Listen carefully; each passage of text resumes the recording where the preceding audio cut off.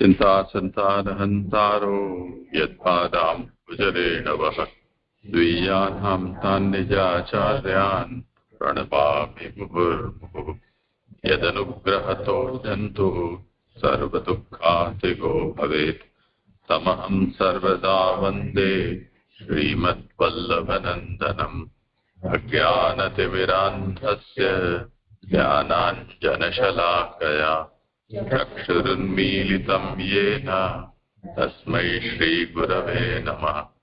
नमामि हृदये श्रीशे लीलाक्षीराब्धिशायिनम् लक्ष्मीसहस्रलीलाभिः सेव्यमानं कलानिधिम् चतुर्भिश्च त्रिभिस्तथा षड्भिर्विराजते योऽसौ पंचधा हृदये नमः।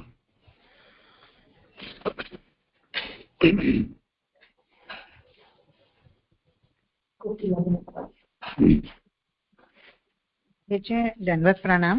થોડું કાલના વિષયમાં પ્રશ્ન પૂછવા છે તો એ પૂછું પહેલા નવો સબ્જેક્ટ. હા, તો કાલે 32 થી જે 36 શ્લોકમાં આકાશાત વાયુ, વાયુથી તેજ ને જે વિષય આવ્યો 5 તન્માત્રા ને 5 ભૂતનો, તો આમ થિયોરેટિકલી જે લખે છે એમ આપણે સમજી શકીએ, પણ આપણે પ્રેક્ટિકલી વિચારીએ કે ઇમેજિનેશનની દ્રષ્ટિએ કેવી રીતે આ થઈ શકે એવું આપ સમજાવી શકો? એટલે આ કેવી રીતે તેજ થયું? તન્માત્રા, રસ, જલ ખાલી લખેલું છે ને આપણને કહ્યું છે એમ જ આટલા વખતથી સમજ પડી હતી, પણ આપણે વિચાર નથી થઈ શકતો આ વસ્તુનો, એટલે પૂછી રહી છું કે કહી શકાય એવું હોય આ? એટલે જેવી રીતે સાયન્સ પદાર્થની જુદી જુદી અવસ્થાઓ માને છે, આપણે જોઈ પણ શકીએ છીએ, તો સ્થૂલ અને સૂક્ષ્મ અવસ્થાઓ એની કોઈ પણ પદાર્થની હોઈ શકે છે. અત્યારે એને સોલિડ, લિક્વિડ અને ગેશિયસ, પ્લાઝમિક આવા બધા નામથી એને કહેવામાં આવે છે. એ જ વસ્તુ અહીંયા પણ છે. અહીંયા એનો નામનો ભેદ છે. તો જે સૂક્ષ્મ છે એ સ્થૂલ થયું છે, એ રીતે આને સમજવાનું છે. પહેલે તન્માત્રાઓ છે, જેમ અહીંયા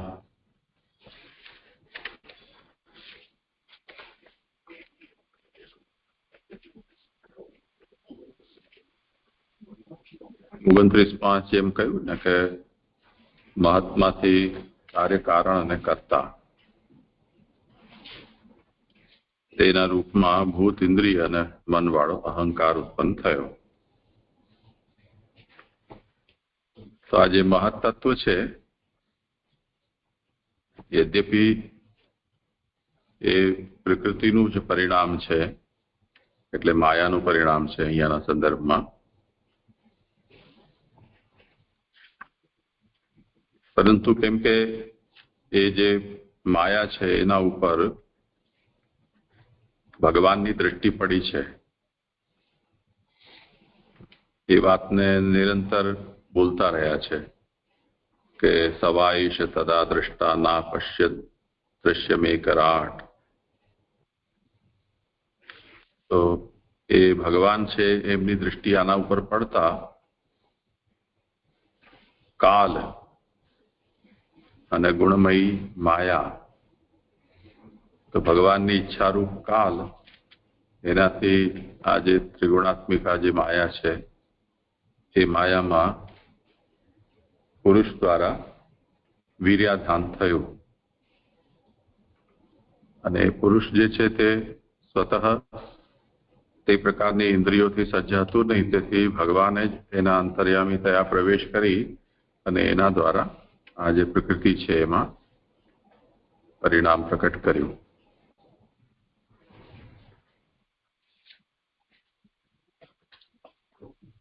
તેના પછીથી પ્રકૃતિ જે છે, જે બધા ગુણોની સામ્યાવસ્થા છે, અહીંયાના સંદર્ભમાં જો આપણે એને એમ સમજવું હોય તો અક્ષરના ભીતર સચ્ચિદાનંદ, તો અખંડ સચ્ચિદાનંદ અક્ષરમાં ધર્મ અને ધર્મીના ભેદથી જે અત્યારે પ્રકટ થયેલું છે તે રૂપમાં ન હતું, પરંતુ ભગવાને જ્યારે એને સૃષ્ટિના કારણોને ઉત્પન્ન કરવા માટે સર્વ કારણરૂપ વિચાર્યું, ત્યારે પછી જે સચ્ચિદાનંદ અક્ષર છે એની અંદર સચ્ચિત અને આનંદ એવા ધર્મના ભેદ પ્રકટ થયા. જેમ નલ નીલ કે હનુમાન આ બધા જે પણ દેવાંશથી પ્રકટ થયેલા વાનર હતા એ તો આવી ગયા હતા બસ સુગ્રીવની પ્રેરણાથી અને હનુમાનજીની પ્રેરણાથી, પણ કઈ જગ્યાએ શું કાર્ય કરવાનું થશે અને એના માટે કોના પાસે કયા પ્રકારની શક્તિ છે જે કામ લાગી શકે છે, એ જે તે વ્યક્તિને તો એનો વિવેક હતો નહીં. તો જ્યારે જ્યારે કાર્ય ઉપસ્થિત થયું ત્યારે ત્યારે કાર્યના ધર્મો જેના અંદર હતા તે સ્ફુટ રૂપથી પ્રકટ થયા કે ચલો આ પુલના ડિઝાઇનિંગ કરી આપશે, કે એન્જિનિયર તરીકેની સેવા આપશે, આ વ્યક્તિ છે પથ્થર લાવવાનું કરશે, આ એનું માર્કિંગ કરશે, તે રીતે. તો એ ધર્મ અને ધર્મી, જે ધર્મી જે છે એમાંથી ધર્મરૂપનું વિભાજન પાછળથી થયું, જે આગળ જઈને ત્રણ પ્રકારના અહંકારમાં વિભક્ત થયું. તો હવે આ જે પણ અહીંયા નિરૂપણ થઈ રહ્યું છે એ બધામાં આપણે એ વાત કાલે પરમ દિવસે સમજી ગયા છીએ કે કાર્યભૂત આ તત્વો નથી, પરંતુ બ્રહ્માંડના કારણભૂત તત્વો છે. હજી બ્રહ્માંડનું નિર્માણ નથી થયું. આ તો બસ પ્રારંભિક જે તત્વો છે એ પ્રકટ થયા છે, જે આગળ જઈને અને એનું અંડનું નિર્માણ થશે. તે પછી આગળ પ્રભુ સંકલ્પ કરશે ત્યારે પછી એના દ્વારા બધી વ્યષ્ટિભૂત સૃષ્ટિ પ્રકટ થશે. તો મૂળતઃ અત્યારે આ બધા જ સચ્ચિદાનંદ સ્વરૂપ જ છે.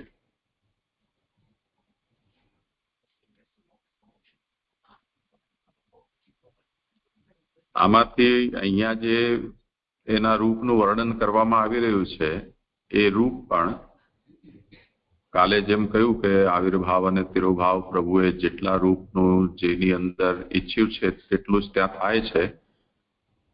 આમ તો ભગવાન જ સર્વ કારણભૂત હોવાને કારણે અને ભગવાન એ સર્વતઃ પાણીપાદાંત હોવાને કારણે આ બધાની અંદર પૂર્ણ સામર્થ્યથી પ્રભુ બિરાજી રહ્યા છે, અને તે કારણે આમની અંદર એ પ્રકારના કાર્ય કરવાના ઉપકરણો અત્યારે પ્રકટ થયા નથી, તેમ છતાં પણ એના કાર્યો થઈ શકી રહ્યા છે, સ્તુતિ વગેરે.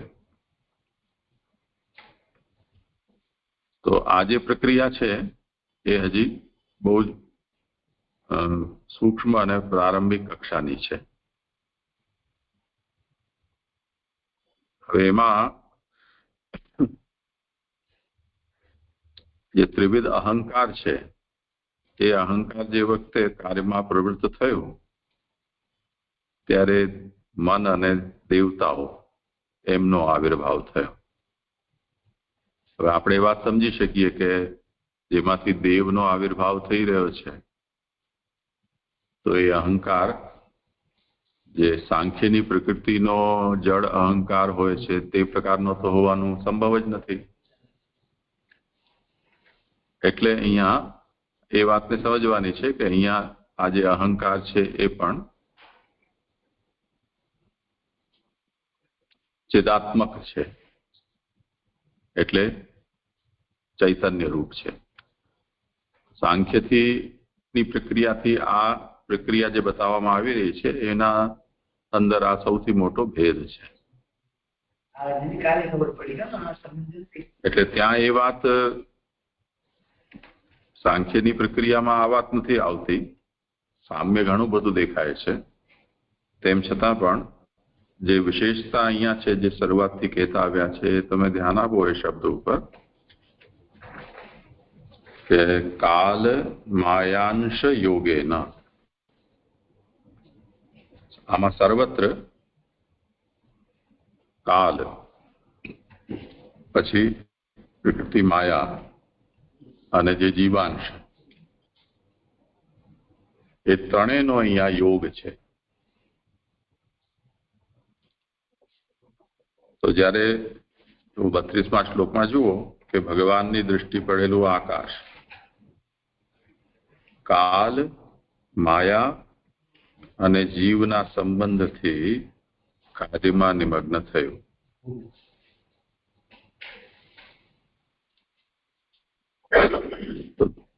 જે ત્રણ પ્રકારનો અહંકાર છે એનાથી જે કંઈ પણ એનું કાર્ય પ્રકટ થવાનું હતું, એટલે મન અને દેવતાઓ, તે પછી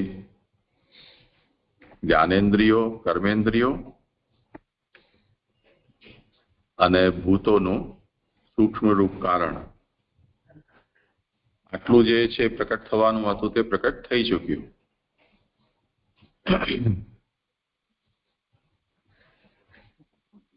હવે એમાંથી જે વખતે કાલ, માયા અને જે પરમાત્માનો અંશરૂપ જે પુરુષ છે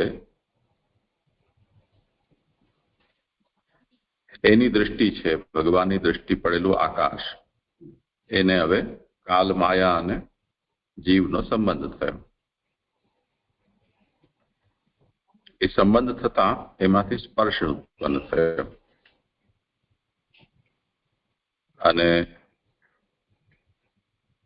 એણે અહીંયા વાયુ ઉત્પન્ન કર્યો. આકાશમાંથી સ્પર્શ અને સ્પર્શે વાયુને પ્રકટ કર્યો છે. મોડર્ન સાયન્સની પ્રક્રિયા સાથે આને यदि આપણે ભેગું કરશું તો એ પ્રક્રિયા કેટલાક અંશમાં એ લોકો સ્વીકાર કરશે, કેટલાક અંશમાં સ્વીકાર નહીં કરે. જેમ આપણે એમ કહીએ કે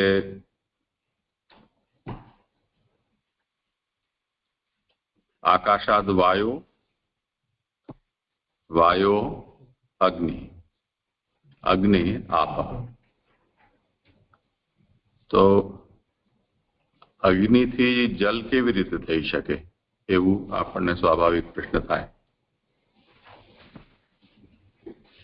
અગ્નિનો મતલબ અહીંયા આપણે જે રસોડામાં પેટાવી રહ્યા છીએ કે દિવાસળીથી જલાવી રહ્યા છીએ, અગ્નિનું કેવલ એ જ સ્વરૂપ નથી. અગ્નિનું એક બીજું પણ સ્વરૂપ છે. જેમ હાઇડ્રોજન, ઓક્સિજન આ બંને જ્વલનશીલ વાયુ છે, અગ્નિ સ્વરૂપ જ છે. તો જો ઓક્સિજન ન હોય વાયુમાં તો કોઈ પણ વસ્તુ આપણે સળગાવી ન શકીએ. સળગાવો છતાં પણ કોઈ પ્રભાવ પ્રકટ ન કરે. પણ એ બંને વાયુ અગ્નિ હોવા છતાં પણ, અગ્નિના પોષક હોવા છતાં પણ ભેગા થાય એના પરમાણુ તો પાણી થાય. તો અગ્નિથી વાયુનો મતલબ અગ્નિનું સ્વરૂપ આપણે સળગતો કાકડો છે કે લાકડો છે તે રૂપમાં આપણે જો વિચારી રહ્યા છીએ તો તેવું નથી. હવે તે રીતે જ જેમ આકાશમાં વીજળી થાય છે, વીજળી ત્યાં થોડું કોઈ લાઇટર સળગાવવા ગયું છે. એ તો શુદ્ધ પાણી અને બરફ જ છે. વાદળોનું સ્વરૂપ તો જલના કણો છે, બરફના કણો છે જે ઠંડમાં જામી ગયેલા છે. એનું ઘર્ષણ થઈ રહ્યું છે. દરેક પદાર્થ છે એના અણુઓની અંદર ઇલેક્ટ્રોન હોય છે અને પ્રોટોન હોય છે. એ ઇલેક્ટ્રોન છે એ પોતાની ઘર્ષણને કારણે પોતાની સંખ્યા ત્યાં વધારે છે, બીજા પદાર્થમાંથી એ પોતાની અંદર એના પરમાણુઓને ગ્રહણ કરે છે, જેને પોઝિટિવ ચાર્જ કહે છે. અને જે વસ્તુ છે એ પોતે પોતાની સંખ્યાને છોડી રહી છે, ઇલેક્ટ્રોન અને પ્રોટોનના કુલ પરમાણુઓ છે એ એના જ રહે છે, એનું સંચરણ થાય છે માત્ર. તો જે પદાર્થ પોતામાંથી પોતાના પરમાણુઓનો ત્યાગ કરી રહ્યો છે એ નેગેટિવ ચાર્જ વાળો કહેવાય છે. પોઝિટિવ અને નેગેટિવ, પોઝિટિવ છે એ ઉપર હોય, નેગેટિવ નીચે હોય. તો એ લોકોનું જે પરસ્પર ઘર્ષણ થાય છે અને જમીનમાં જે આપણે ત્યાંનો જે ઇલેક્ટ્રોન્સ છે એનો એને ક્યાંક પણ અર્થિંગ મળે, જેમ અત્યારે પણ અર્થિંગ મળે તે રીતે, તો એની સાથે ત્યાં ધડાકો થાય. પણ કોઈ જગ્યાએ કોઈએ દિવાસળી ચાંપી નથી કે કોઈએ કોઈ વાયર પ્લગ કરીને એને છેડા અડાડ્યા નથી. શુદ્ધ પાણીથી, બરફથી, જે આમ જોવા જાવ તો આગને શાંત કરનારું માધ્યમ છે, એમાંથી અગ્નિ પેદા થાય છે ને. તો આ જે પ્રક્રિયા છે એ લૌકિક દૃષ્ટિથી આપણે વિચારીએ કે આપણી જે વ્યાવહારિક બુદ્ધિ છે એનાથી વિચારીએ તો અશક્ય જેવી લાગે છે, પરંતુ આમાં અશક્ય જેવું ક્યાંય કંઈ છે નહીં. તે જ રીતે જેમ પાણી છે, તો પાણીનો જે સામાન્ય ગુણ જે છે પ્રવહનશીલતા, અત્યારે આપણે એ ગુણ એટલે પાણીને આપણે લિક્વિડ એ અર્થમાં લઈએ, પ્રવાહી, જે પ્રવાહમાં પ્રવાહિત થાય તેવું, એ અર્થમાં યદિ આપણે એને લઈ રહ્યા હોઈએ તો અગ્નિની પણ તે સ્થિતિ કોઈ પણ પદાર્થની અંદર હોઈ જ શકે છે. જેમ લાવા છે, તો લાવા જે છે એ સળગતી નદીઓ છે જે પર્વતના એના મુખમાંથી પ્રકટ થઈને અને ભૂતલ ઉપર એ વહે છે, તો આગની જ નદીઓ છે. તે જ રીતે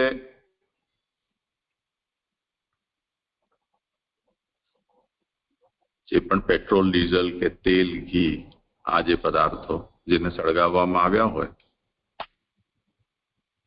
અમુક પ્રકારની જે ઉષ્ણતા પ્રાપ્ત કર્યા પછી એના અંદર એ તેજ પ્રકટ થતું હોય છે, જે દરેક વસ્તુનો સ્વભાવ છે. એટલે પથ્થર પણ પોતે પૃથ્વીનું વાતાવરણ અહીંયા અમુક ટેમ્પરેચરનું છે, જેને કારણે એ પથ્થર આપણને સોલિડ ઘન સ્વરૂપમાં આપણને જોવા મળે છે. પણ એ જ પથ્થરને यदि આપણે પૃથ્વીના પેટાળમાં મૂકી દઈએ, એનું જે ક્રસ્ટ છે એ કે મેન્ટલ છે એમાં, તો ત્યાં પથ્થર પર પાણી જેવું જ રહેશે, કેમ કે એની જે ગરમી છે એ ગરમી સૂર્યના આવરણમાં જે ગરમી છે 2000 ડિગ્રી કે 6000 ડિગ્રી સેલ્સિયસની, તે પરાકાષ્ઠાની ત્યાં ઉષ્ણતા છે. તો પથ્થર પણ ત્યાં મૂકતાની સાથે પાણી થઈ જાય, ભલે ને ગ્રેનાઇટ જેવો મજબૂતમાં મજબૂત પથ્થર કેમ ન હોય તો પણ. તો તે સ્થિતિમાં જે લિક્વિડ અને સોલિડનો ભેદ છે એ તો ક્યાંનું તાપમાન કેટલું છે એટલું એ પૂરતો જ રહી ગયો. હવે એ જ સૂર્ય છે, અત્યારે દાખલા તરીકે સૂર્ય એ તો આગનો જ ગોળો છે.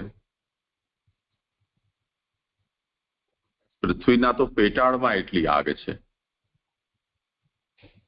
સૂર્ય તો આખે આખો આગનો ગોળો છે. એ જ્યારે સૂર્ય તે રૂપમાં બન્યો છે એના પહેલા તો ગેસ જ હતો, વાયુ જ હતું બધું છે. એટલે હું સાયન્સની પ્રક્રિયા જે છે તેના પ્રમાણે કહી રહ્યો છું. તો કોઈ પણ તારો બને છે એની પ્રક્રિયા તો એ જ છે કે સુપરનોવા જ્યારે થાય તે વખતે બધા વાયુ, ત્યાં જેટલા મંડળમાં અંતરિક્ષમાં જેટલા વાયુઓનું વાદળ છે એ વાદળ ભેગું થઈને અને એકદમ દબાણથી એક પિંડ રૂપ ધારણ કરે અને તે પછી જે પ્રકારના વાયુઓ અંદર ભેગા થયા હોય તે પ્રકારનું તત્વનું નિર્માણ થતું જાય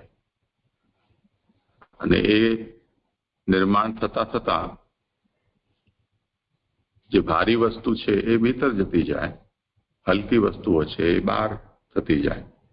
જેમને આપણે ચેવડો બનાવો તો એમાં ચણા, મૂંગફલી એ બધું નીચે ઘૂસી જાય, મમરા ઉપર આવી જાય. એવી રીતે તો ભારી વસ્તુ ભીતર જતી જાય, હલકી વસ્તુઓ છે એ ઉપર રહે અને એ જ પોતે પોતાના આકર્ષણથી આજુબાજુ જે ફરતી વસ્તુઓ છે એને પોતાની અંદર આકર્ષિત કરી લે. તો જેમ આપણે માવો કે એવી કોઈ વસ્તુ સિદ્ધ કરતા હોઈએ તો એ પોતે આસપાસના કાંઠાઓ ઉપર ચીટકે પણ પછી જાય નીચે ધીરે ધીરે સરકીને થોડું આપણને હલાવવું પડે. પણ માન લો કે એવી વસ્તુ ન હોય, ચેવડા જેવી વસ્તુ છે, તો એ તો પોતાના સ્વભાવથી જ્યારે તમે એને ફરાવો તો આપોઆપ જ બધું નીચે આવીને એને ભેગું થઈ જાય એક જગ્યાએ. તો જે ગેસ છે એ ગેસ પરસ્પર ઘર્ષણને કારણે આગ બની જાય છે. એ જ આગ ઠરી જાય છે તો પાણી બની જાય છે. તો અત્યારે જે મંગલ ગ્રહ છે એના માટે એમ કહે છે કે ભાઈ ત્યાંના કોઈ જમાનામાં ત્યાં પાણી હતું, હવે પાણી સુકાઈ ગયું છે એટલે ઉપલબ્ધ નથી. અમુક જગ્યાએ પાણી છે પરંતુ બરફના રૂપમાં છે, એટલે એટલો કઠોર બરફ છે કે એને ટાંકણા હથોડાથી તમે તોડો તો પણ તૂટે નહીં. અને ત્યાંનું ટેમ્પરેચર એટલું બધું છે કે જેને કારણે એ પ્રવાહી રૂપમાં આવી જ ન શકે એ ગ્રહમાં. તો એને તમે આપણા ભૂતલ જેવા સ્થાન ઉપર લઈને આવો તો પછી તમને ત્યાં પાણી મળે, નહીં તો ત્યાં બધું નક્કર જ છે. તો કોઈ વસ્તુ લિક્વિડ છે કે સોલિડ છે એ પણ એ ક્યાં છે એના ઉપર નિર્ભર કરે છે, કયા એન્વાયરમેન્ટમાં છે એના ઉપર એ વાત નિર્ભર કરશે. તો કોઈક જગ્યાએ વાયુ જ માત્ર છે, કોઈ જગ્યાએ અગ્નિ જ અગ્નિ માત્ર છે, કોઈ ગ્રહો એવા છે કે જ્યાં માત્ર ને માત્ર બધું સોલિડ જ છે, લિક્વિડ કંઈ છે જ નહીં. તો હવે આ જે પ્રક્રિયા છે એની પૂર્વ પ્રક્રિયાને યદિ આપણે વિચાર કરીએ તો અત્યારે જે રીતે એટમ અને સબ એટોમિક જે પાર્ટિકલ્સ છે તો વિજ્ઞાનના હિસાબે એ પદાર્થના મૂળ રૂપ છે.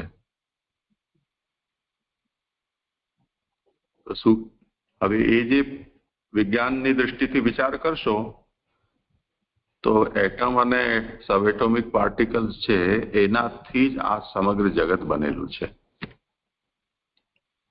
એમાં ચાહે કોઈ જીવ પદાર્થો હોય, ચાહે જળ પદાર્થ હોય, ચાહે આગ હોય, ચાહે પાણી હોય, કોઈ પણ પદાર્થ એવો નથી કે જે આનાથી ન બનેલું હોય. અને એ જે એનાથી બનેલું છે એ અવિનાશી છે. એટલે તમે અમુક પ્રકારનું દબાણ આપો તો એનાથી અમુક અણુ પરમાણુઓ છે છૂટા પડી જાય, મરે નહીં, ખતમ ન થાય, એ ક્યાંક બીજે જતા રહે. તો એ જ્યાં જતા રહે એનું સ્વરૂપ બદલી નાખે અને જેમાંથી ગયા છે એનું સ્વરૂપ છે એ પણ પરિવર્તિત થઈ જાય તદનુસાર. તો જે મિશ્ર ધાતુ અને શુદ્ધ ધાતુ હોય છે એમાં આપણે જોઈએ કે ભાઈ તમે ઘરેણાં બનાવવા માટે સોની શુદ્ધ 24 કેરેટનું હોય કે જેની અંદર અન્ય કોઈ પણ ધાતુ મિશ્રિત નથી તો એનું ઘરેણું બની ના શકે. તો એને કડકાઈ માટે તમને બીજા કોઈ તત્વો અંદર મિલાવવા પડે. હવે જ્યારે તમે તત્વો મિલાવો છો ત્યારે ઓનું બંધારણ જે છે, ચાંદી હોય ચાહે તાંબુ છે, એનું અણુ માળખું છે એ જુદી પ્રકારનું છે, સોનાનું જે અણુ બંધારણ છે એ જુદી જાતનું છે.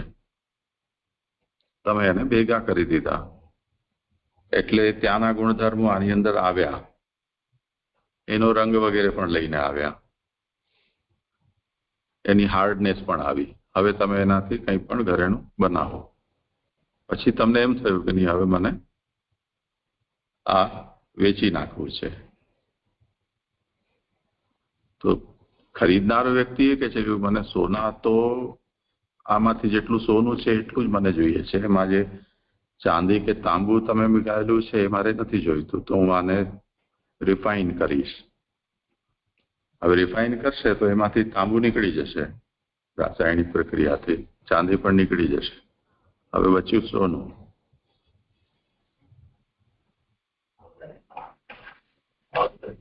તો હવે શુદ્ધ જે સોનું રહ્યું છે એ શુદ્ધ અને મિશ્ર બંને પ્રકારથી છે ને, એવી રીતે અહીં પણ આ જે તત્વો છે એ બધામાં બધા તત્વો છે. કે જે આનુવંશિકતાનો સ્ટડી કરનારા છે એ લોકો આ વાત કહે છે કે ભલે ડાયનોસોરને આ બધા 5-6 કરોડ વર્ષ પહેલા ખતમ થઈ ગયા છે, પણ આપણે બધા અત્યારે આપણા અંદર જે પરમાણુઓથી બનેલા છીએ એની અંદર આપણા બધામાં કોઈ ને કોઈ ડાયનોસોરના અને એના પરમાણુઓ છે જ. કેમ કે એ પરમાણુ ખતમ ન એટલે ડાયનોસોર મરી જાય તો મરવા દો, પણ એ પરમાણુ સમાપ્ત નથી થતા. તો આપણે પણ એ ડાયનોસોરના પરમાણુઓ લઈને ફરી રહ્યા છીએ. એવી જ રીતે ડાયનોસોર તો એક બહુ રિમોટ એક્ઝામ્પલ છે, પણ જેટલા પણ પૂર્વમાં, જેમ ચંગેઝ ખાનના વિષયમાં પણ એમ કહે છે કે ચંગેઝ ખાન એટલો બધો ઘાતકી હતો કે એણે જેટલા પ્રદેશ ઉપર આક્રમણ કર્યા છે અને જ્યાં જ્યાં પણ એણે પેશકદમી કરી છે અને ત્યાંના મહિલાઓને દૂષિત કરી છે, એનો અત્યારે એવો પ્રભાવ છે કે વિશ્વની પોણા ભાગની વસ્તીમાં ચંગેઝ ખાનના ડીએનએ છે.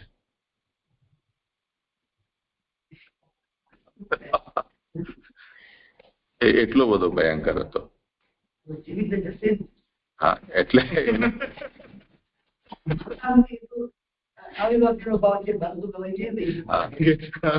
તો હવે આ સ્થિતિ હોય એટલે આપણે આ વાતને એટલે કહી રહ્યા છીએ કે આરંભમાં જે મનુ શતરૂપા થયા હોય, ચાહે બ્રહ્મા થયો હોય કે એ થયા હોય, તે પછીથી જે આ આખું સમગ્ર આપણે ગોત્ર વંશાવલીને આને એટલા માટે એટલું વિચારીએ છીએ કેમ કે જો શુદ્ધ વંશ વેલો રહ્યો હોય તો એના અંશો આપણી અંદર પણ વિદ્યમાન હોય.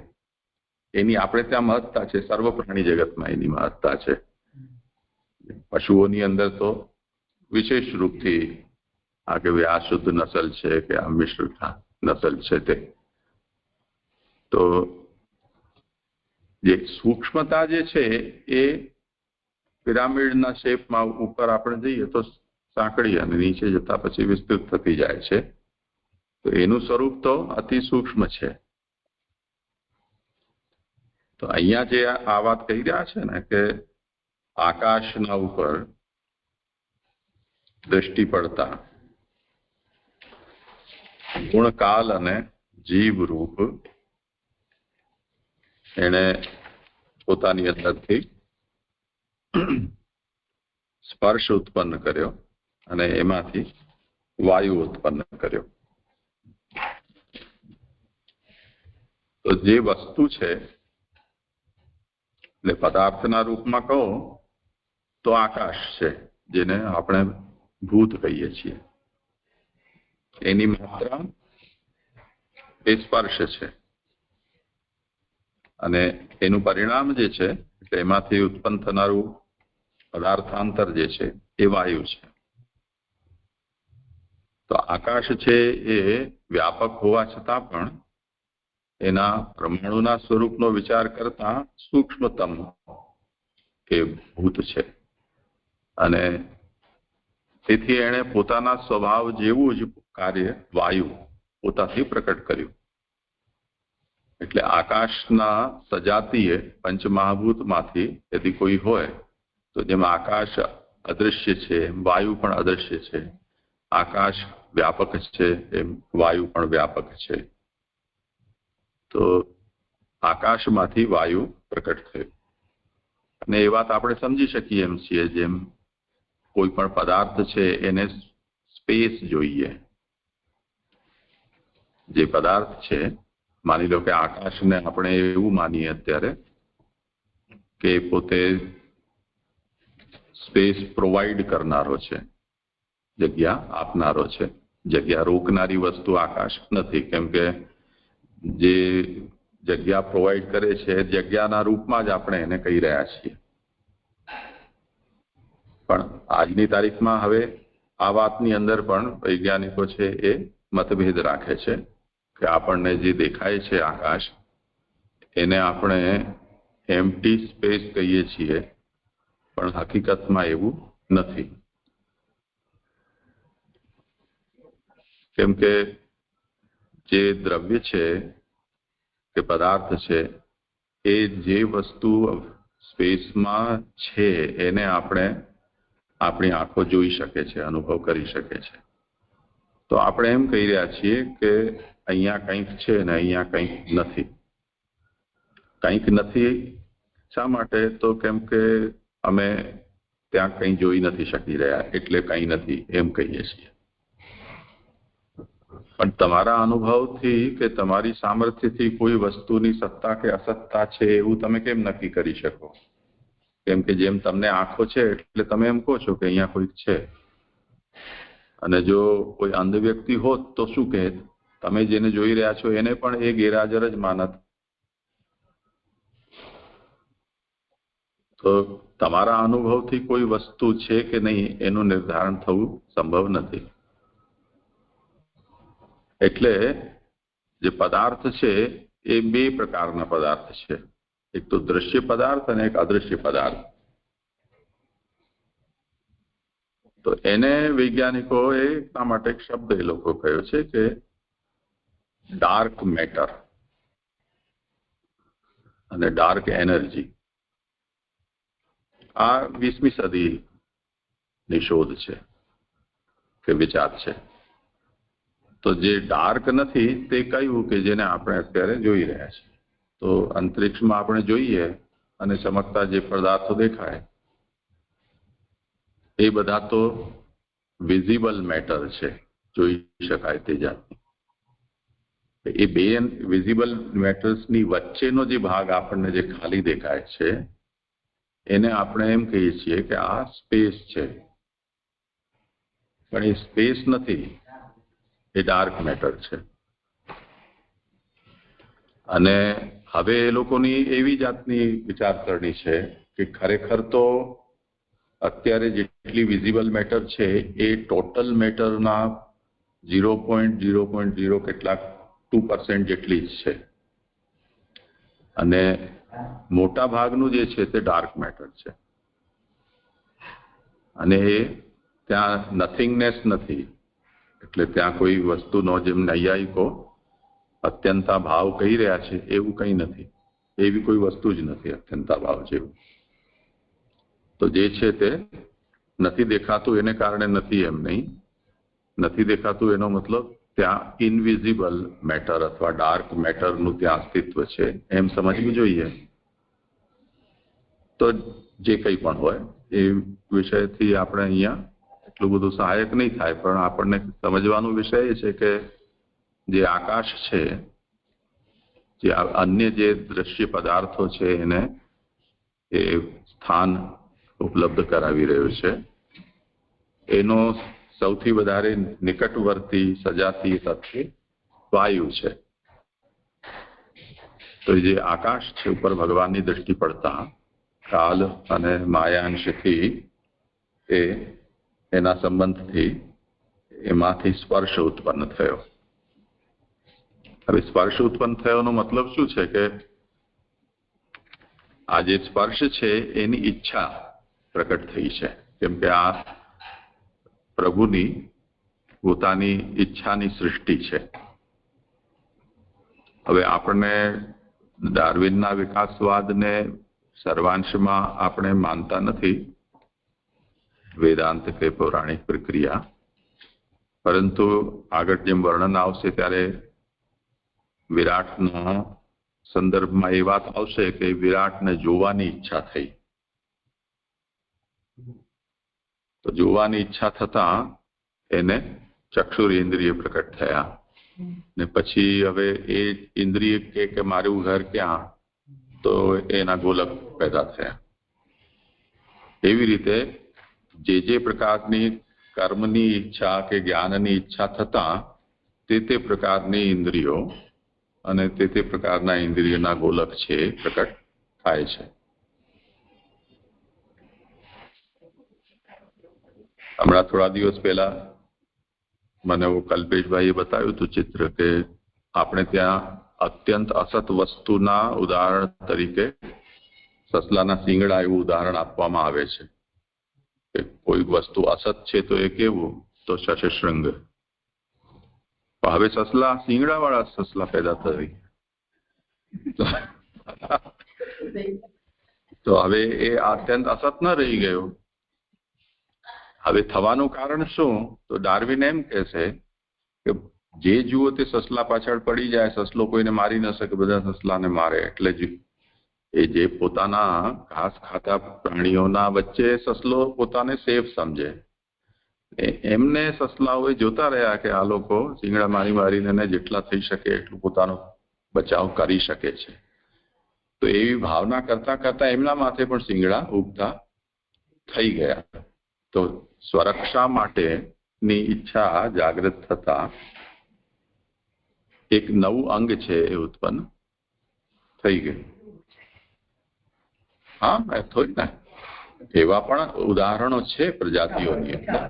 હા, એટલે ડાર્વિનની વાર્તાઓ જો આપણે સાચી માનીએ તો રોચક છે, એમ સમજવા જેવી વાત છે કે પ્રકૃતિના અંદર જેનું અનુકૂલન સાધી શકે છે એ દરેક પ્રાણીઓ છે, એનો સ્વભાવ છે. આપણે પ્રકૃતિથી પેદા થયેલા છીએ તો પ્રકૃતિમાં રહેવાનું છે, એટલે આપણે એના અનુકૂળ થવાનો પ્રયાસ કરીએ છીએ.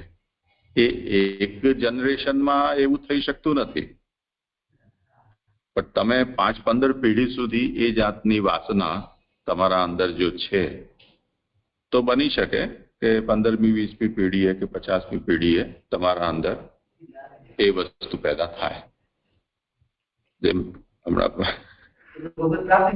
વલ્લભકુલ પરિવારમાં મેં હમણાં, હવે એવું હકીકત છે કે કઈ બીજું કારણ, આમાં ઘણા બધા ફેક્ટર્સ કામ કરતા હોય છે, પણ કહી ન શકાય. પણ એક ફેમિલી છે કે જેની અંદર કુદરતી રીતે બહુ 5-7 પેઢીથી બધા નીચી હાઈટના જ બધા વંશજો એમના થાય છે. એટલે એવરેજ હટથી 4.5 ફૂટ કે બહુ જોર મારી લીધું તો 4.5 ફૂટ, એમ 5 થી તો ઉપર કોઈ ગયું જ નથી, પુરુષ હોય છે સ્ત્રી હોય. હવે એ બહુ લાંબી પેઢીથી એ ચાલી રહ્યું છે. હવે આ પેઢીમાં અચાનક એવું થયું કે એ બધા 5 ફૂટિયા છે, એમની અંદર 7 ફૂટનું બાળક પેદા થઈ ગયું. ન તો માની પરંપરામાં કોઈ એટલી લંબુસ કોઈ લુગાઈ છે કે માણસ છે, નાના નાની છે, કે ન બાપની પેઢીમાં કોઈ એવા લંબુ છે છેલ્લા. એટલે મહાપ્રભુજી સુધી તો આપણને ખબર જ છે કે એટલું લાંબાનું કોઈનું વર્ણન આવતું નથી. તો 16 પેઢીનો તો હિસાબ અમારી પાસે જ છે. તો એટલામાં કોઈ એટલું 7 ફૂટિયું થયું નથી. પણ આ પેઢીની અંદર 5 ફૂટિયાની અંદર અચાનક એનું સંતાન છે 7 ફૂટનું. હવે આ કેવી રીતે થઈ હશે? ઈચ્છા કરતા કરતા થાય ને. બધા જ ચાલે જુએ કે આપણે જઈએ ત્યારે બધા આપણને આમ નીચે જુએ, જાણે બકરીઓ ચરતી હોય એવી રીતે. બીજા બધાને આપણે ઊંટની જેમ ઊંચું ઊંચું જોવું પડે. તો એ ભાવના કે આપણે પણ કેમ લાંબા ન થઈએ. હિલ પહેરીને પણ કેટલા ઊંચા હિલ પહેરે, કોઈ પડી જાય, બેલેન્સ ન રહે. તો તે સ્થિતિમાં કઈ રીતે આપણે અસ્તિત્વને ટકાવવું? તો અચાનકથી એકદમ સ્પ્રિંગ ઉછળી ગઈ ને 5માંથી 7 ફૂટનું બાળક પેદા થઈ ગયું. તો એવી જાતનું દરેક જગ્યાએ સંભવ છે. કોઈકના ખરખરામાં અમે લોકો ગયા હતા, શ્યામદાદા, એમના જમાઈ મોટા અંકિતજી, અમે 3 જણા બેઠા હતા. વિધિ થોડી લાંબી ચાલે એટલે પછી કેટલી વાર સુધી ગંભીર મુદ્રામાં બેસી શકાય, એટલે બધી આડીઓડી વાતો કરતા હતા અમે 3 જણા. તે દિવસોમાં મોબાઈલ ફોન નવા નીકળ્યા હતા, ઓલા નાનકડા બધા નોકિયાના ફોન આવતા ને તે. તો અંકિતજીએ કીધું કે હવે આપણી જે આવતી પેઢી છે, જે સ્કૂટર ચલાવનારી છે, એ લોકો બધી આમ પેદા થશે, એટલે યા તો એમનો ખભો ઊંચો થઈ જશે એક, અને કાં એમની ડોક છે એમ ત્રાસી રહેશે, કે જેથી મોબાઈલ એક કાન ઉપર સ્કૂટર ચલાવતા ચલાવતા આમ થઈ શકે. તો આવું સંભવ છે જો તમે આના ઉપર એટલા નિર્ભર થઈ જાઓ. 2-4 પેઢી સુધી જો ચાલે તો બ્લ્યુટૂથ ને ઓલા જે કાનના બધા ભૂંગળા છે એ લોકોએ બધું બગાડી નાખ્યું, આનુવંશિકતાનો ખેલ. નહીં તો જો એ જ સાધનોનો આવિષ્કાર ન થયો હોત તો આમ 45 ડિગ્રી વળેલી ડોકવાળા બાળકો પેદા થયા હોત. તો તાત્પર્ય એ છે કે એ ઈચ્છાથી અહીંયા જે આવ્યું ને કે આકાશમાંથી સ્પર્શ ઉત્પન્ન થયો અને એને વાયુને ઉત્પન્ન કર્યો. તો શુદ્ધ જો અચેતન જળ આ બધી તત્વો હોય ને તો એમાં આવું સંભવ નથી. પણ આ જે પ્રક્રિયા છે જેમાં કાલ, માયા, જીવ અને ઈશ્વર આ ચારોનો સંસર્ગ છે, એટલે ભગવાનને દૃષ્ટિ કરી છે આના ઉપર, તો ભગવાનની ઈચ્છા છે આમાં કે આવું થવું જોઈએ, આવી વસ્તુની આવશ્યકતા છે. તો એ આકાશ ઉપર એ દૃષ્ટિ પડી, જેમ કોઈ પ્લોટ આપણે પ્રસંગ માટે જોયો તો આપણી આકાશ ઉપર દૃષ્ટિ પડી એમ સમજો. હવે એમાં કાલ, માયા અને જીવનો સંબંધ થયો છે કે ભાઈ ચાલો આ સમયે અમારે આયોજન કરવું છે યુનાઇટેડ વે એમ ગરબાનો, એટલે માયા આવી ગઈ, ચલો આ વેચો, પૈસા ભેગા કરો, કોન્ટ્રાક્ટરને આપો, એમ ત્રિગુણાત્મિકાએ માયા આવી ગઈ. પછી જીવનો સંબંધ, આપણે બધા પહોંચી ગયા ત્યાં ગયેલાઓ બધા પાસ લઈ લઈને. તો એ રીતે એક એક પ્રક્રિયા આમાં જોડાઈ રહી છે. એટલે અત્યારે આમાં જે શબ્દો છે કે આકાશ છે, કે સ્પર્શ છે, કે વાયુ, કે કાલ, એ બધા અચેતન જળ પદાર્થો સદમાત્ર છે, તન્માત્ર હોય તેવા છે. પરંતુ સાંખ્યની પ્રક્રિયામાં આ બધા શુદ્ધ જળ પદાર્થો છે. અહીંયાની પ્રક્રિયામાં એ શુદ્ધ જળ નથી, સાંખ્યમાં એ શુદ્ધ જળ નથી, કેમ કે પુરુષ તો ત્યાં આવ્યો જ છે. તો કમસે કમ આપણે એમ કહી શકીએ કે એ જે મહત્તત્વ છે એ ચિદાત્મક છે. તો ત્યાં પણ એ વાત તો માનેલી છે કે શુદ્ધ જળ નથી, એ ચિદાત્મક છે, અંશતઃ અચિત છે, પરંતુ પુરુષનો સંસર્ગ થવાથી એમાં ચૈતન્યનો સંચાર પણ થયેલો છે. તો જેમ અત્યારે આપણા દેહમાં આપણા જીવ જે છે એ અણુ પરિમાણ હોવાને કારણે એ અત્યંત સૂક્ષ્મ છે, વાલાગ્રસ્ત ભાગોપી એ જાતનો, પરંતુ તેમ છતાં પણ એનું ચૈતન્ય શરીર વ્યાપી હોવાને કારણે આવેશ ન્યાયથી આપણા જે જળભૂત અંગો છે એ પણ પોતાએ ચૈતન્ય હોવાનો પ્રભાવ પ્રકટ કરે છે, એના કાર્યો પણ, સંવેદના વગેરે. તો હવે આ બધા જે પદાર્થો છે એમાં જો આ બધાના અંશ હટાવી દઈએ આપણે, કાલ, માયા અને અંશ અને ભગવાન, તો આ બધી પ્રક્રિયા થવી અઘરી છે. એટલે ઈચ્છાનો જે અંશ છે એ ઈચ્છાનો અંશ આવવો એમાં સંભવ નથી કે અહીંયા સ્પર્શ જે છે ઉત્પન્ન થયો એમ કહ્યું ને, તો સ્પર્શ થવું એ એકદમ જળ પદાર્થમાં સંભવ નથી. પરંતુ કેમ કે આ ચારનો અહીંયા સંસર્ગ છે એને કારણે આકાશમાંથી સ્પર્શ થયો, એટલે સ્પર્શ થયોનો મતલબ સ્પર્શ કરવા યોગ્ય કંઈક વસ્તુ જોઈએ છે એવી ઈચ્છા જાગૃત થઈ, એમ આપણે સમજવા માટે કહી શકીએ. અને એ કાર્યમાં નિમગ્ન થયો હવે કાર્યમાં નિમગ્ન આકાશ થયો તો એમાંથી વાયુ ઉત્પન્ન કર્યો એને, તો વાયુની અંદર સ્પર્શ ગુણ આવ્યો અને એક નવું તત્વ પણ ઉપલબ્ધ થઈ ગયું. તો આવી પ્રક્રિયા અહીંયા આપણે સમજી શકીએ છીએ. તો આપણને આને જો કોઈ એક વિચાર આપણે નિશ્ચિત કરી લીધો હોય કે નહીં આવું જ થાય તો આ પ્રક્રિયા સંભવ ન બને. એટલે સાયન્ટિફિક જે મેથડ છે તેનાથી যদি આપણે આ એક વિચારી રહ્યા હોઈએ એ વાસનાથી, તો આની બધી પ્રક્રિયાઓને સાયન્સ સપોર્ટ ના આપી શકે.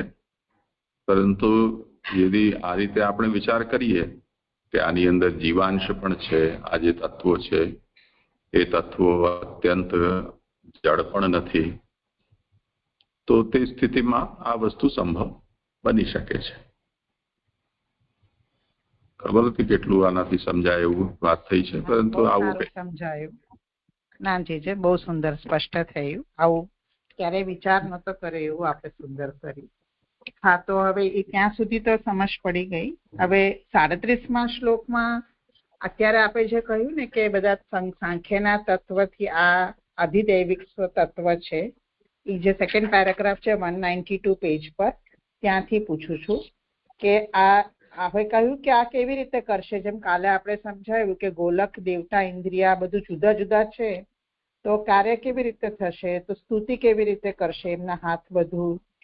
તો એ હું એને સંદર્ભમાં પૂછું છું કે પછી એમાં છેલ્લે લાઈનમાં લખ્યું છે દેહ તો ઉત્પન્ન થયેલો જ છે. હવે જો આ તત્વ એટલે કોઈ ઇંગ્લિશ વર્ડ નથી ખબર, પણ તત્વો હોય તો એનો દેહ કેવી રીતે હોઈ શકે? એટલે હાથ પગ બધું આપણે આમ સમજી લેવાનું કે આ બધા અધિદૈવિક છે, ભગવદીય છે, એટલે આપણે એમાં દેહ સમજવાનું છે કે કારણ કે લખ્યું છે દેહ તો ઉત્પન્ન થયેલો જ છે, હાથ પગ વગેરેથી તત્વોનો વ્યવહાર થાય છે, એટલે આપણે એમ આધિદૈવિક છે, ભગવદીય છે એમ સમજીને સમજી લેવાનું છે, એવું સમજવું. એટલે આ જેટલા પણ છે કોઈ નિરાકાર વસ્તુ તો છે નહીં ને. તો દેહનો મતલબ એ તત્વનો જે કોઈ પણ આકાર, જેમ અત્યારે આપણે એમ કહીએ કે એનું એટોમિક સ્ટ્રક્ચર છે કે ભાઈ સોનું છે તો એના એટલા અંદર અણુઓ છે અને એ આ સ્ટ્રક્ચરથી એમાં બનેલા છે, તો એનો દેહ થઈ ગયો ને. ઓકે, હા, એ રીતે સમજી. અને જે સેકન્ડ પેરેગ્રાફમાં ચોથી લાઈન આવે છે કે આ ભગવાનનો કારણપણું 25 પ્રકારે આપણે 25 તત્વથી કહ્યું, કારણ કે ગુણના પ્રધાનપણાને લીધે ગુણવાળાનું પ્રધાનપણું હોતું નથી. તો ત્યાં ચોથી ફૂટનોટ એવું લખ્યું છે કે તત્વ ભગવત રૂપ હોવાથી સચ્ચિદાનંદ રૂપ ભગવાનનો દેહ તેમનામાં હોય જ એવી શંકા થાય તો આવું કહ્યું છે.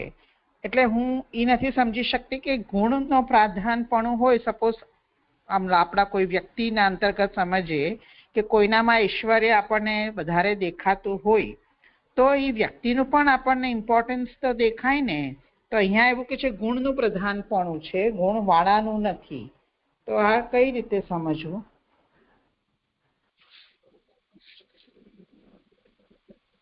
કરો કોઈને કંઈ કહેવું હોય તો. કાલે કોનો હતો આ શ્લોક, એમને પણ કંઈ કહેવું હોય તો.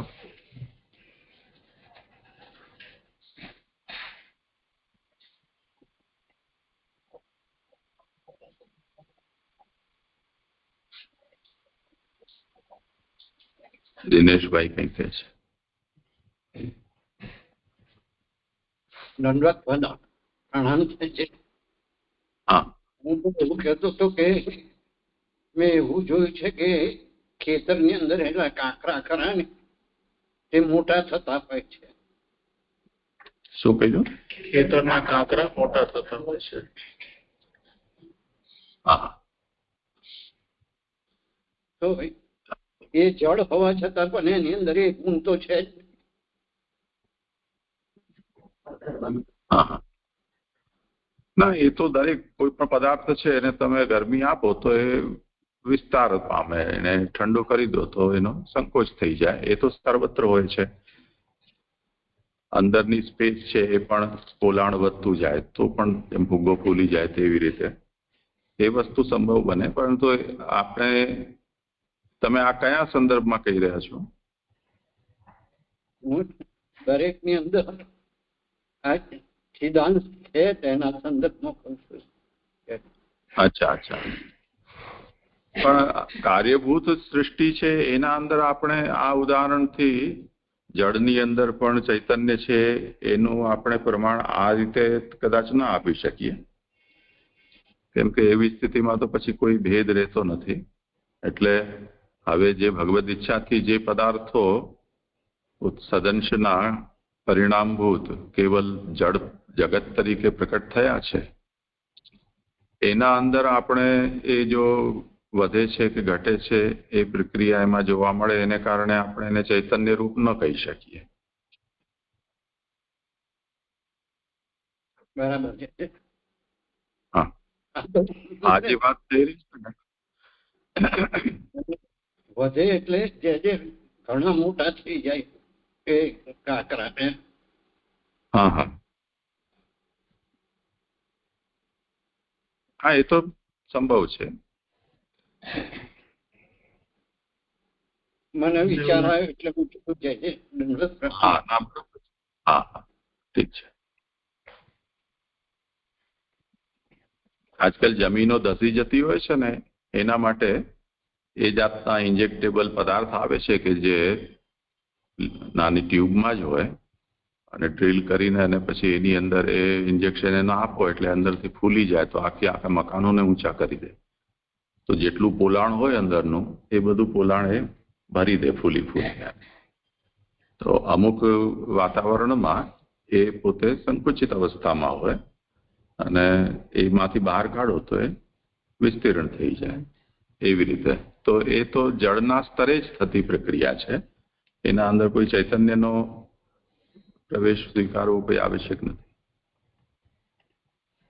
થોડીક ફિઝિક્સ અને કેમેસ્ટ્રીમાં આ રીતે ઇન્ટરેસ્ટ લઈએ તો બધું રોચક આપણને મળે, મજા આવે.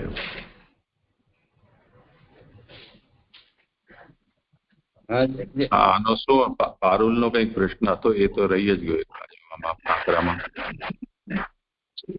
જી દંડવત પ્રણામ છે. અહીંયા પારુલબેને જે વાત કરી ને કે અહીંયા ગુણના પ્રધાનપણાને લીધે પણ ગુણવાળાનું પ્રધાનપણું હોતું નથી, તો આ કઈ રીતે સમજવું?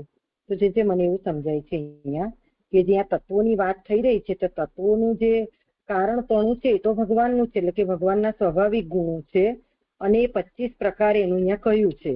પણ ગુણના પ્રધાનપણાને લીધે એટલે કે તત્વ છે જે પ્રકૃતિની એ છે પ્રોડક્ટ, એટલે એને આપણે પ્રકૃતિનું અહીંયા પ્રધાનપણું કહ્યું છે, પણ પુરુષનું એટલે કે ગુણવાળાનું પ્રધાનપણું હોતું નથી. તો મને એવું સમજાય છે કે અહીંયા પુરુષનું પ્રધાનપણું નથી, એટલે જે ભગવાન સચ્ચિદ આનંદના ગુણો જે છે એ અદ્રશ્ય થયેલા ગુણો થાય છે એના સત ચિદ ને આનંદના.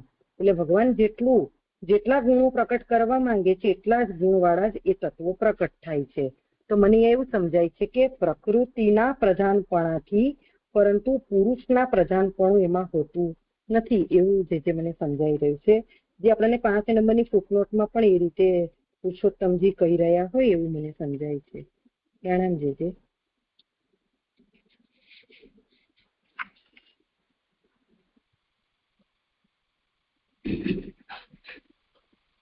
હા, એટલે એને અહીંયા આ 4 અને 5 જે છે ને બંને પુરુષોત્તમજીના જ છે. એક વિષય છે એ વાતને સમજાવવા માટે છે કે ભગવતઃ કારણતા 25 પ્રકારેણ જાતા ઇત્યુક્તમ ભવતિ. તમારે આમાં એ ક્યાં છે? હા, ભગવાનનું કારણપણું 25 પ્રકારે કહેવાયેલું થયું. તો આ 37મા શ્લોક સુધી જેટલું નિરૂપણ થયું એની અંદર જે તત્વોનું પ્રાકટ્ય થયું છે 25,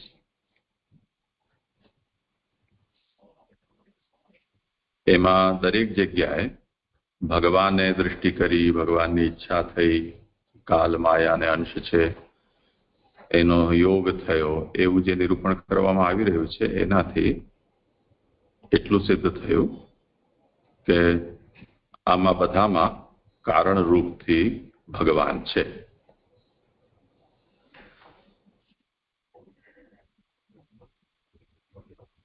તે પછી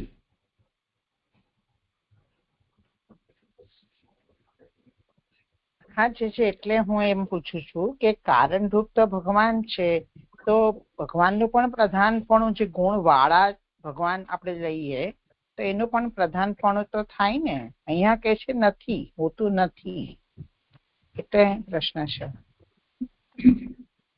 હા એ મને તો ત્યાં જે એટલે જે છે તે 5 નંબરની ફૂટનોટ પ્રણવજી જે 5 નંબરની ફૂટનોટમાં જે કહ્યું ને કે સચ્ચિદાનંદ રૂપ દેહ વગેરે કેવી રીતે તિરોહિત થાય છે, તો કે છે ભગવાન આમનામાં તત્વપણું, જળપણું વગેરે સામાન્ય ગુણો અને માયાપણું વગેરે રૂપ અમુક ખાસ ગુણ જ પ્રકટ કરે છે.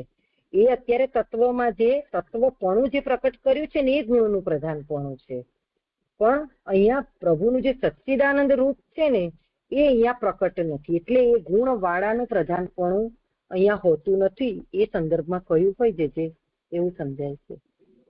એટલે મને હવે સમજાયું પ્રધાનપણું મીન્સ પ્રાકટ, તમે પ્રકટ નથી રહેતા ભગવાન, એવું મિનિંગ થયું. ઇમ્પોર્ટન્ટ એવું નહીં, પ્રધાનપણું એટલે પ્રકટપણું, એવું બરાબર લાગે છે. એટલે જ કહ્યું ને કે સચ્ચિદાનંદના ગુણો પણ અદ્રશ્ય થયેલા ગુણો થાય છે, એટલે અપ્રકટ રૂપમાં થયા એમ.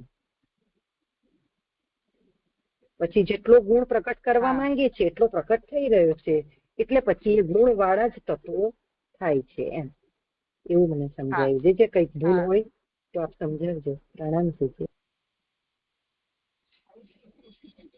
પ્રકૃતિના ગુણો લેવાના નથી, કારણ કે ગુણના પ્રધાનપણાને લીધે ગુણ વાળા એટલે કે ભગવાન જ એના બન્યા છે. કારણ કે કારણ પણ 25 પ્રકારે જે બતાવ્યું તો એનું ભગવાનનું પ્રધાનપણ હોતું નથી એમ જે બતાવી રહ્યા છે. પ્રકૃતિના ગુણોથી કે છે આગળ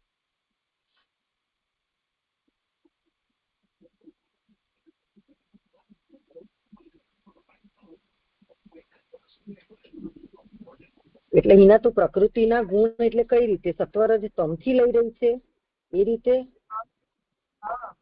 અહીંયા પ્રકૃતિનું ગુણ અહીંયા આ રીતે લીધું છે, તત્વપણું, જળપણું, એટલે એનું એ ગુણ અહીંયા પ્રકટ છે. પ્રભુનું સચ્ચિદાનંદ રૂપ નહીં, એટલે સત્વરજ તમ મને નથી સમજાતું, પણ ગુણના પ્રધાનપણાથી મને પ્રકૃતિ જે ઉપર પણ 25 પ્રકારે કહેવાય ને કે જે આપણને આ જ શ્લોકની સુબોધિનીમાં કહ્યું ને આગળ કે ઇન્દ્રિયોના દેવો, ઇન્દ્રિયોને એક ગણતા 10, પછી મહાભૂતો, તન્માત્રાઓ 10, મહત્તત્વ, અહંકાર ને મન, એવી રીતે 23 નો સમૂહ જે પ્રકૃતિમાંથી ઉત્પન્ન થયો છે એ અહીંયા 25 પ્રકારે કયો ને એનું કારણ પણ ભગવાનનું છે. તો અત્યારે ગુણ કયો ભગવાનનો સ્વાભાવિક ગુણ કયો પ્રકટ છે ને કયો અપ્રકટ છે? તો જે પ્રકટ છે એ ગુણનું પ્રાધાનપણું કયું અને જે અપ્રકટપણું છે એ ગુણ વાળાનું, એવી રીતે સમજાયું મને. એટલે સત્વરજતમ મને નથી લાગી રહ્યા જે પણ પ્રકૃતિમાં એ ગુણોથી જ પ્રકૃતિના તત્વો ઉત્પન્ન થયા છે ને ઉત્પત્તિ તો એ ગુણોથી જ આપણને બતાવી, તો એ તો અંદર ઇન્વોલ્વ જ છે. મને આટલું સમજાય એ તો છે જ ઇન્વોલ્વ.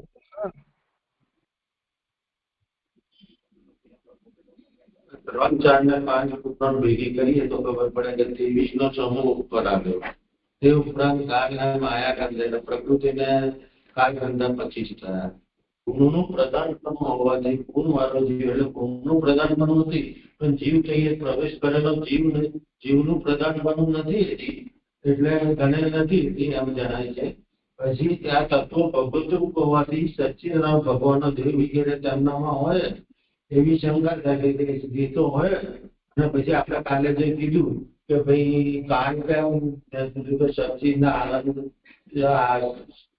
બધા કહેલા છે તે તો કારણે કઈ રીતે સાંભળવું? આપણે હાથ જોડીને વિનંતી કરવાની થઈ કે આ તો જે ગુણ ભગવાન આપણામાં તત્વપણું, જળપણું વગેરે સામાન્ય ગુણો અને માયા અમુક ખાસ ગુણ જ સ્પેશિયલ ગુણ જ પ્રકટ કરે છે. જેટલા ગુણો પ્રકાશ કરે તેટલા ગુણ વાળા જ તેઓ થાય છે. ભગવાન કાનમાં હાથ જોડવાનો પ્રકટ કરે તો એટલા ગુણો થાય કે પછી આંખો કઈ રીતે પ્રકટ થાય છે.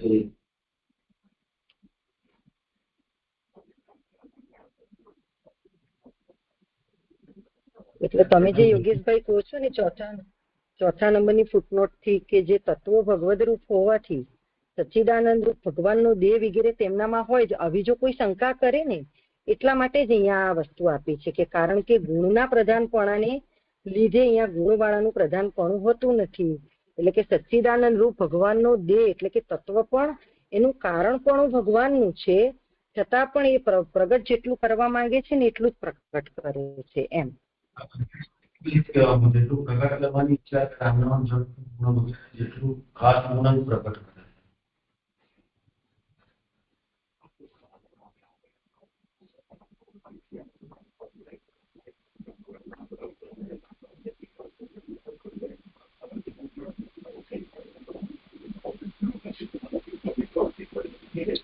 થયું કઈ સમાધાન? હા જી, મારું થઈ ગયું કે અહીંયા પણ આપ કહી શકો તો પ્રધાનપણુંથી હું પ્રકટપણું સમજવું ને તો હું સમજી શકું છું, પણ વધારે આપ વિશેષ કહેતા હોય તો.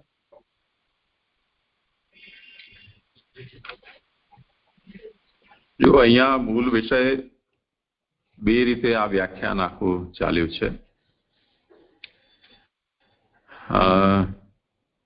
એતેષામ, આ જે પહેલો પેરેગ્રાફ છે ને 192ના પાના ઉપર સ્તુતિ કરી એવો અર્થ છે. ત્યાં સુધી તો મૂળનું વ્યાખ્યાન થયું તત્ત શબ્દનું. એટલે અહીંયા જે એતે દેવાહા કલા વિષ્ણોઃ શ્રી કાલમાયા અંશલિંગિનઃ શ્રી નાનાત્વાત સ્વક્રિયા અનિશાહ પ્રોચુઃ પ્રાંજલયો વિભુમ, એના જે પણ શબ્દો છે એનું નિરૂપણ કર્યું કે આ બધા વિષ્ણુના કલારૂપ દેવો છે જે કાલ, માયા અને અંશથી જણાય છે તે પ્રકારના.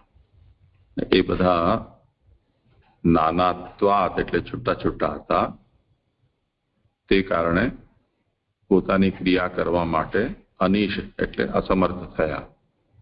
અને એવા આ બધા દેવોએ હાથ જોડી અને વિભુ એવા ભગવાનને પ્રોચુહુ સ્તુતિ કરી. આ તો શ્લોકનો અર્થ થયો. તે પછી એતેષામ દેહ વચનાદિકમ વિચાર્યતે.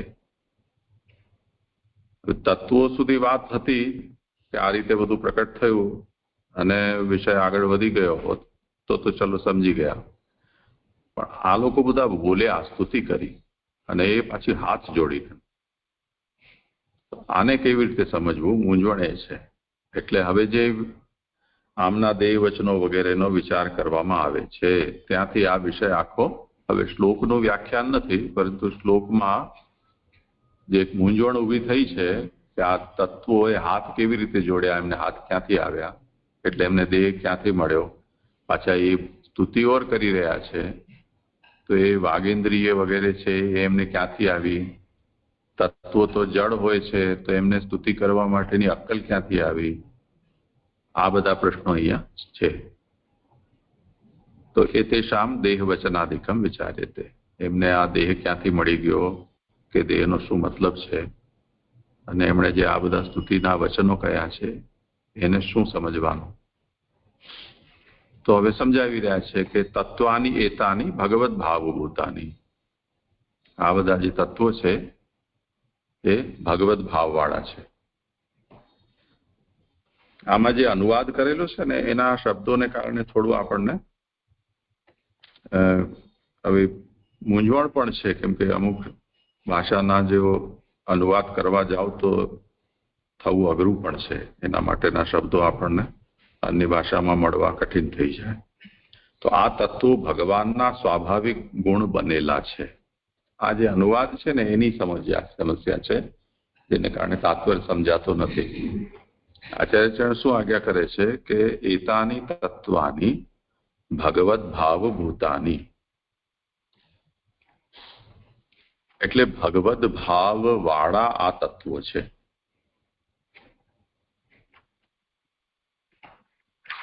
એનો સરળ અનુવાદ જો આપણે કરીએ બહુ વધારે ડિક્શનરી રિફર કર્યા વગર, તો આ બધા તત્વો ભગવદ ભાવ ભૂત છે, એટલે ભગવદ ભાવ રૂપ છે.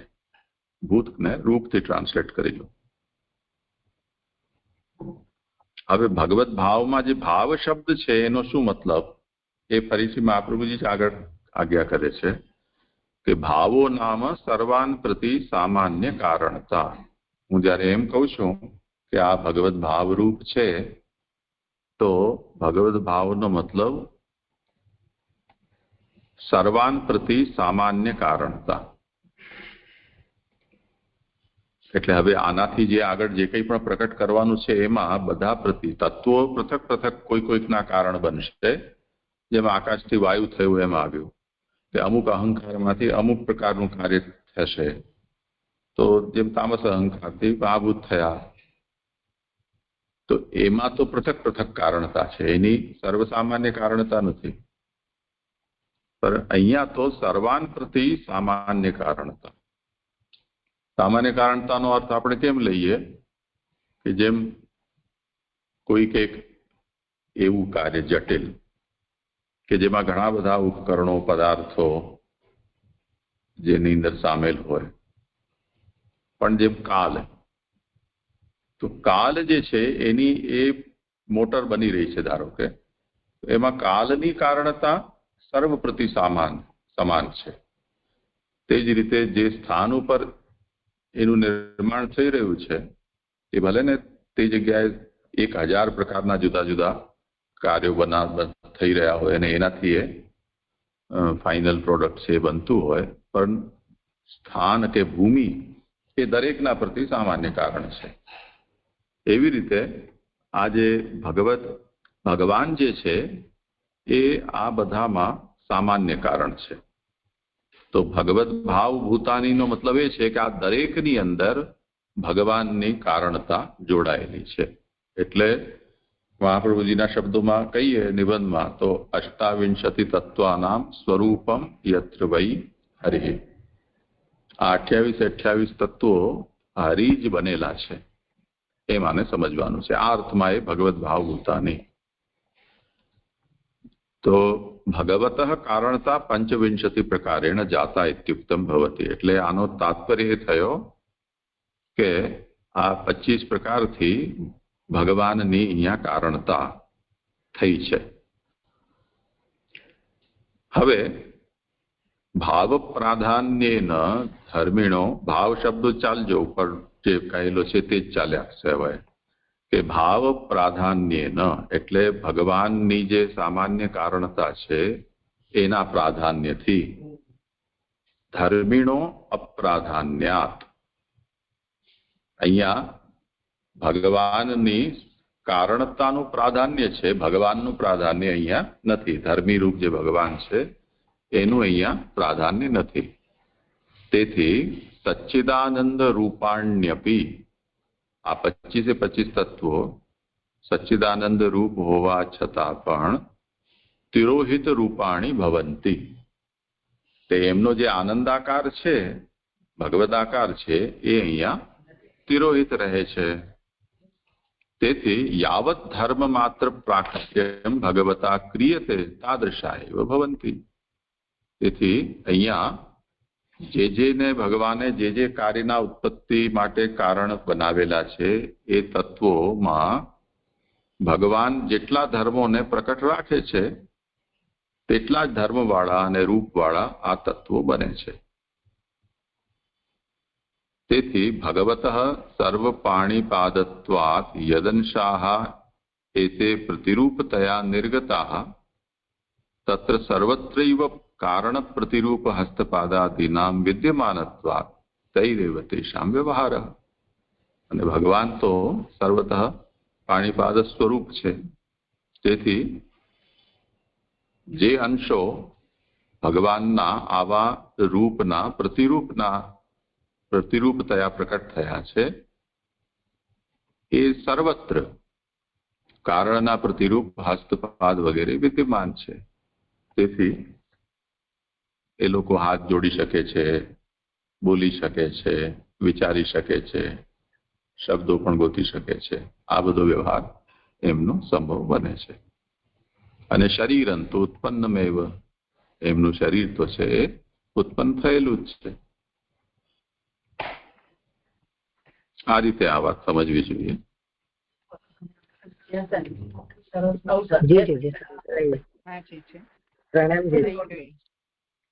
હવે જે આ છે પછી હા, તો અત્યારે પછી નેક્સ્ટ પેરેગ્રાફમાં વેદનું ને આનું કમ્પેરિઝન કરી રહ્યા છે કે અહીંયા મહત્તત્વ છે, વેદમાં પ્રજાપતિ છે, અહીંયા પુરુષ ને એ બધું. તો આ પણ હવે આપે કહ્યું ઉપરનીમાં તો સુબોધિની શબ્દની તો પૂરી થઈ ગઈ છે ને આ આપણને વધારે સમજ આવવા કહી રહ્યા છે. તો આ બે કમ્પેરિઝન નું પર્પઝ પછી શું સમજવું જોઈએ? અને એમ કેવું છે કે લોકોને વેદનું એ પ્રકરણ ખબર હોય અને એને એમ થાય કે ત્યાં તો આમ કીધું છે તો અહીંયા આવું કેમ, તો એમના કલ્યાણ માટે આ કહેલું છે. હવે આપણને કેમ કે એ વિષયનું અનુસંધાન નથી, એને કારણે આપણને પ્રશ્ન પણ થતો નથી, એને કારણે આ ઉત્તર પણ આપણને સમજાતો નથી. આવશ્યક નથી આ બધું વેદ ભાવો કહ્યું છે, પણ અહીં ભાગવતથી હવે સમજો એવું નહીં સમજાય આપણને. ના, પણ આને તો એનું સામે જોડકા જોડી જ દીધા છે ને. એટલે ત્યાંના વર્ણનથી યદી આપણને એમ થતું હોય કે આ પુરાણોક્ત છે એ વેદ વિરુદ્ધ છે કે વેદથી અનુકૂળ નથી, તો શ્રી મહાપ્રભુ સમજાવી રહ્યા છે કે એવું નથી. એટલે આ જે ઓલી મૈત્રેય વિદુરને કહ્યું કે તને વેદની વૈદિક સૃષ્ટિ નથી કહેતો, યોગ માયાના સંદર્ભ વાળી કહી રહ્યા છે, તો એ આ વૈદિક સૃષ્ટિ અહીંયા કમ્પેરિઝનમાં જે આપી છે એ વૈદિક સૃષ્ટિની વાત હતી ને? હા હા. અને એક લાસ્ટ પ્રશ્ન છે, આ લાસ્ટ લાઈન જે આમાં લખી છે ને, કાલે આપે એક પાઠ તો કીધું, તેથી તત્વોમાં ભગવાનની ઇન્દ્રિયોની પ્રતિનિધિરૂપ ઇન્દ્રિયો હોવાથી અને મોક્ષમાં જીવોમાં પણ તે હોવાથી કોઈ અયોગ્યતા નથી. પછી ફૂટનોટ, આ બે લાઈન અને ફૂટનોટ નથી સમજ પડતી. 15મી ફૂટનોટ શું છે? આ વિસર્ગે જીવેશુ અને મોક્ષમાં પણ એવું કંઈક છે, પણ શું કહે છે એ નથી સમજ પડતી. આ આખું વૈદિક સૃષ્ટિની કમ્પેરિઝન કર્યા પછી આ લાઈન થી શું કહેવા માંગે છે?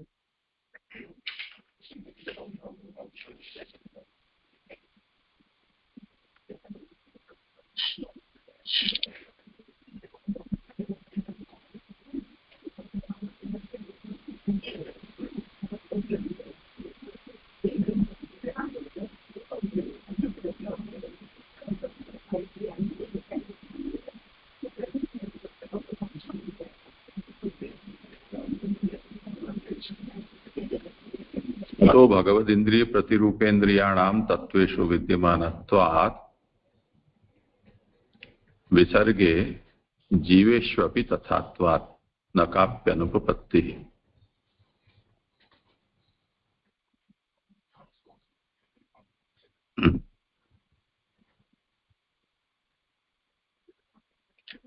તો આજે આખું નિરૂપણ વેદનો શરૂ કર્યું ને, ત્યાંથી વેદે તુ તત્વસ્થાનીય પ્રજાપતિરેવ ઇતિ, અને સમષ્ટ્યનંતરમેવ તત્રત્યાનામ પદાર્થાનામ નિરૂપ્યમાણત્વાत् દ્વયાઃ પ્રાજાપત્યાઃ ઇત્યત્રાપि સૃષ્ટિભેદેન ઉભયવિધેન્દ્રિયાણ્યપી તત્ર સંતિ. એટલે જ્ઞાનેન્દ્રિય અને કર્મેન્દ્રિયો બંને પ્રકારની ઇન્દ્રિયો ત્યાં પણ છે. અને તેષામપી ઇદમેવ રૂપમ. તેથી વેદમાં ચક્ષુરુદગાય ઇત્યાદિ સંગચ્છતે. તે પછી બંનેનો અહીંયા જોડકા જોડી દીધા છે કે યથા અત્ર મહત્તત્વમ તથા વેદે પ્રજાપતિ. અહીંયા મહત્ ત્યાં પ્રજાપતિ છે, અહીંયા પુરુષ છે ત્યાં વિરાટ છે, અહીંયા ભગવાન છે ત્યાં યજ્ઞ છે, અહીંયા કાલ છે ત્યાં પરમેષ્ઠી છે, ત્યાં માયા છે, અહીંયા માયા છે, અને ત્યાં પ્રયત્ન છે. ઉત્તરકાંડમાં તો યજ્ઞના સ્થાનમાં બ્રહ્મ છે, એટલે અહીંયા ભગવાન અને પૂર્વકાંડમાં યજ્ઞ અને ઉત્તરકાંડમાં બ્રહ્મ. જેવી રીતે અહીંયા ભગવાનની સ્તુતિ છે એમ ત્યાં ઉદ્ગીતની સ્તુતિ છે. આધિદૈવિકત્વા તેષામ અસ્મદિન્દ્રિય નિયામકત્વેન ઉચ્યન્તે.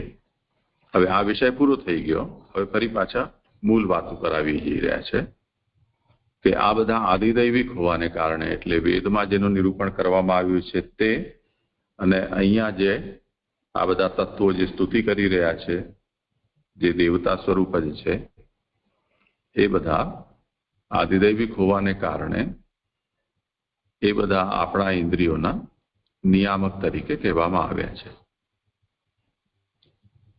કાલે આપણે એ વાત જોઈ હતી કે અન્યથા દોષ ગુણાદિ નિયમા ભગવદાજ્ઞા છે પ્રત્યેકમ કર્તવ્યા સ્યાત. જો આ વચલી વ્યવસ્થા એટલે નિયામક દેવતાઓની વ્યવસ્થા જો ન કરવામાં આવી હોત તો શું થાત?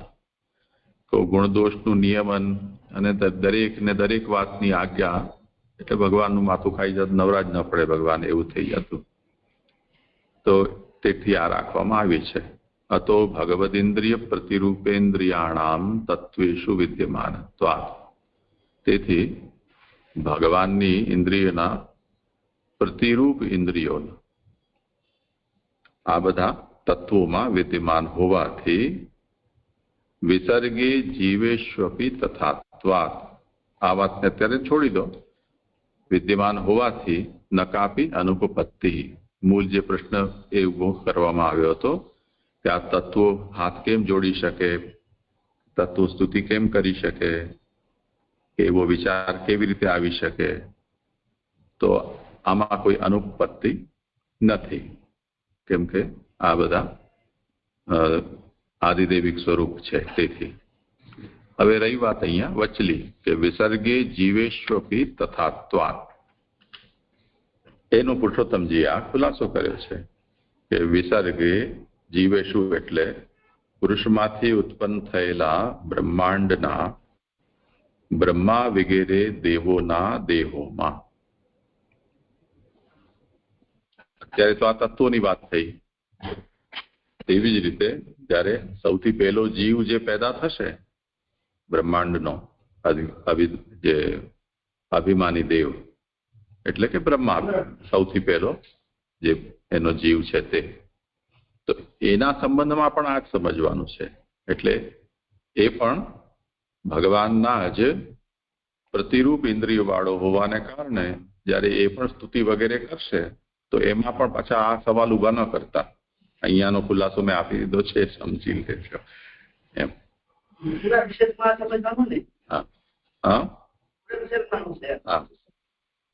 હવે આ એમ કહી રહ્યા છે કે આ દેવોના પણ હાથ પગ વગેરે કલ્પેલા હોય તે યોગ્ય લાગતું નથી. પણ વિસર્ગે મોક્ષમાં પણ, વિસર્ગનો મતલબ મોક્ષ આ કહી રહ્યા છે, જીવોના દેહ હાથ પગ વગેરે તેવા કલ્પેલા હોઈ શકે, તેથી તે પ્રમાણે અર્થ કરેલ છે. નાનુભાઈના મતમાં વિસર્ગનો મતલબ મુક્તિ અવસ્થામાં પણ આ દેહાદીના હોય છે એમ સમજવું જોઈએ. બેની વાત એક જ થઈ એવું લાગે છે. પ્રકાશ કાળ અને નાનુભાઈ શું ફરક પડે? વિસર્ગનો અર્થ આ મુક્તિ કરી રહ્યા છે. પુરુષોત્તમજી ચતુર્થ સ્કંદ કરી રહ્યા છે.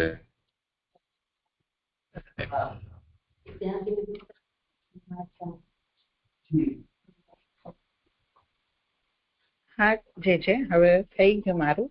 અને એક એવું પૂછતી હતી કે જે મૈત્રેય જે ચાલુ કર્યું હતું 22મા શ્લોકથી કે તને વૈદની સૃષ્ટિ નહીં કહું પણ યોગમાયાના સંબંધ વાળી ભગવાનની લીલા કહીશ, અને આ જે સૃષ્ટિની ઉત્પત્તિનો પ્રકાર કહી રહ્યા છે, તો આ તો આપણને માન્ય જ છે ને કે પૌરાણિક કહેવાય કે આને શું કહેવાય? આ પ્રક્રિયાને સાંખ્ય કહેવાનું કે પૌરાણિક કહેવાનું?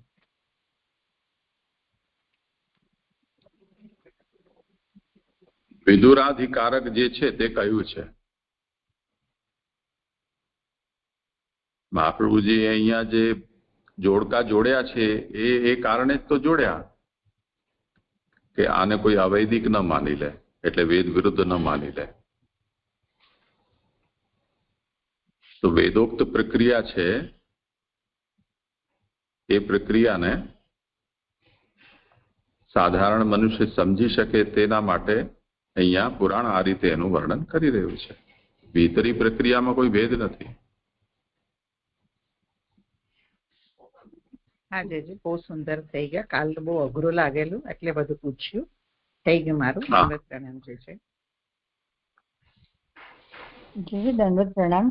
હમણાં આપણે સમજાયું સાધારણ ગુણો, તો એ નથી સમજાતું તત્વની બાબતમાં. હમણાં પારુલબેનના પ્રશ્નમાં આગળ આપણે કર્યું ને, એમાં સાધારણ ગુણોથી શું લેવા?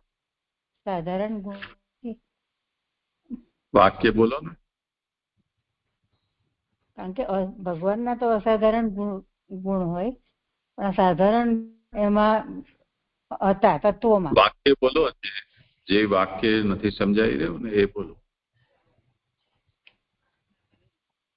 તો મને જોવું પડશે અંદર, મને આટલું સંભળાયું નથી.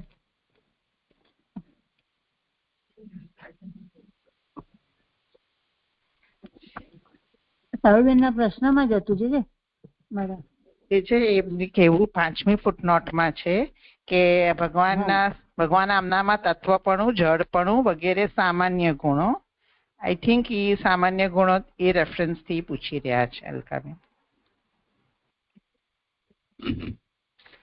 હા તો સમજાવી દે ને.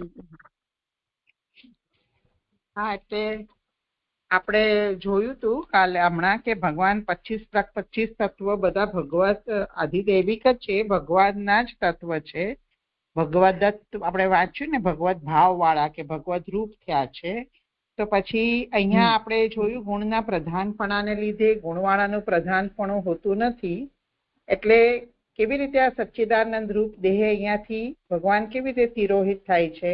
એટલે કહે છે કે આ તત્વ જે થયા છે 25 તત્વ, એમનામાં આવા જળ ભરું જે રીતનો અવકાશ છે એવી રીતે એમનામાં સામાન્ય રીતના ગુણો એમાં અંતર્ભાવ થયા છે, અને માયા વગેરે બી અમુક ગુણો એમાં થયા છે. એટલે જેટલા ગુણો ભગવાન પ્રકટ કરે આ તત્વોમાં તેટલા ગુણવાળા જ હોય છે. એટલે જે સચ્ચિદાનંદ રૂપ ભગવાન છે એ અહીંયા તિરોહિત થાય છે. એમ જ્યાં 3, 4, 5 ફૂટનોટ સાથે આ લોકો ડિસ્કસ કરીને આપણને સમજાયું ને ત્યાંથી યોગેશભાઈ ને બધાએ, તો એ રીતે અહીંયા હું આટલું સમજી. જી બીજા ગુણો તિરોહિત કરે છે એવું સમજાય. હા જી સમજાય. પ્રણામ.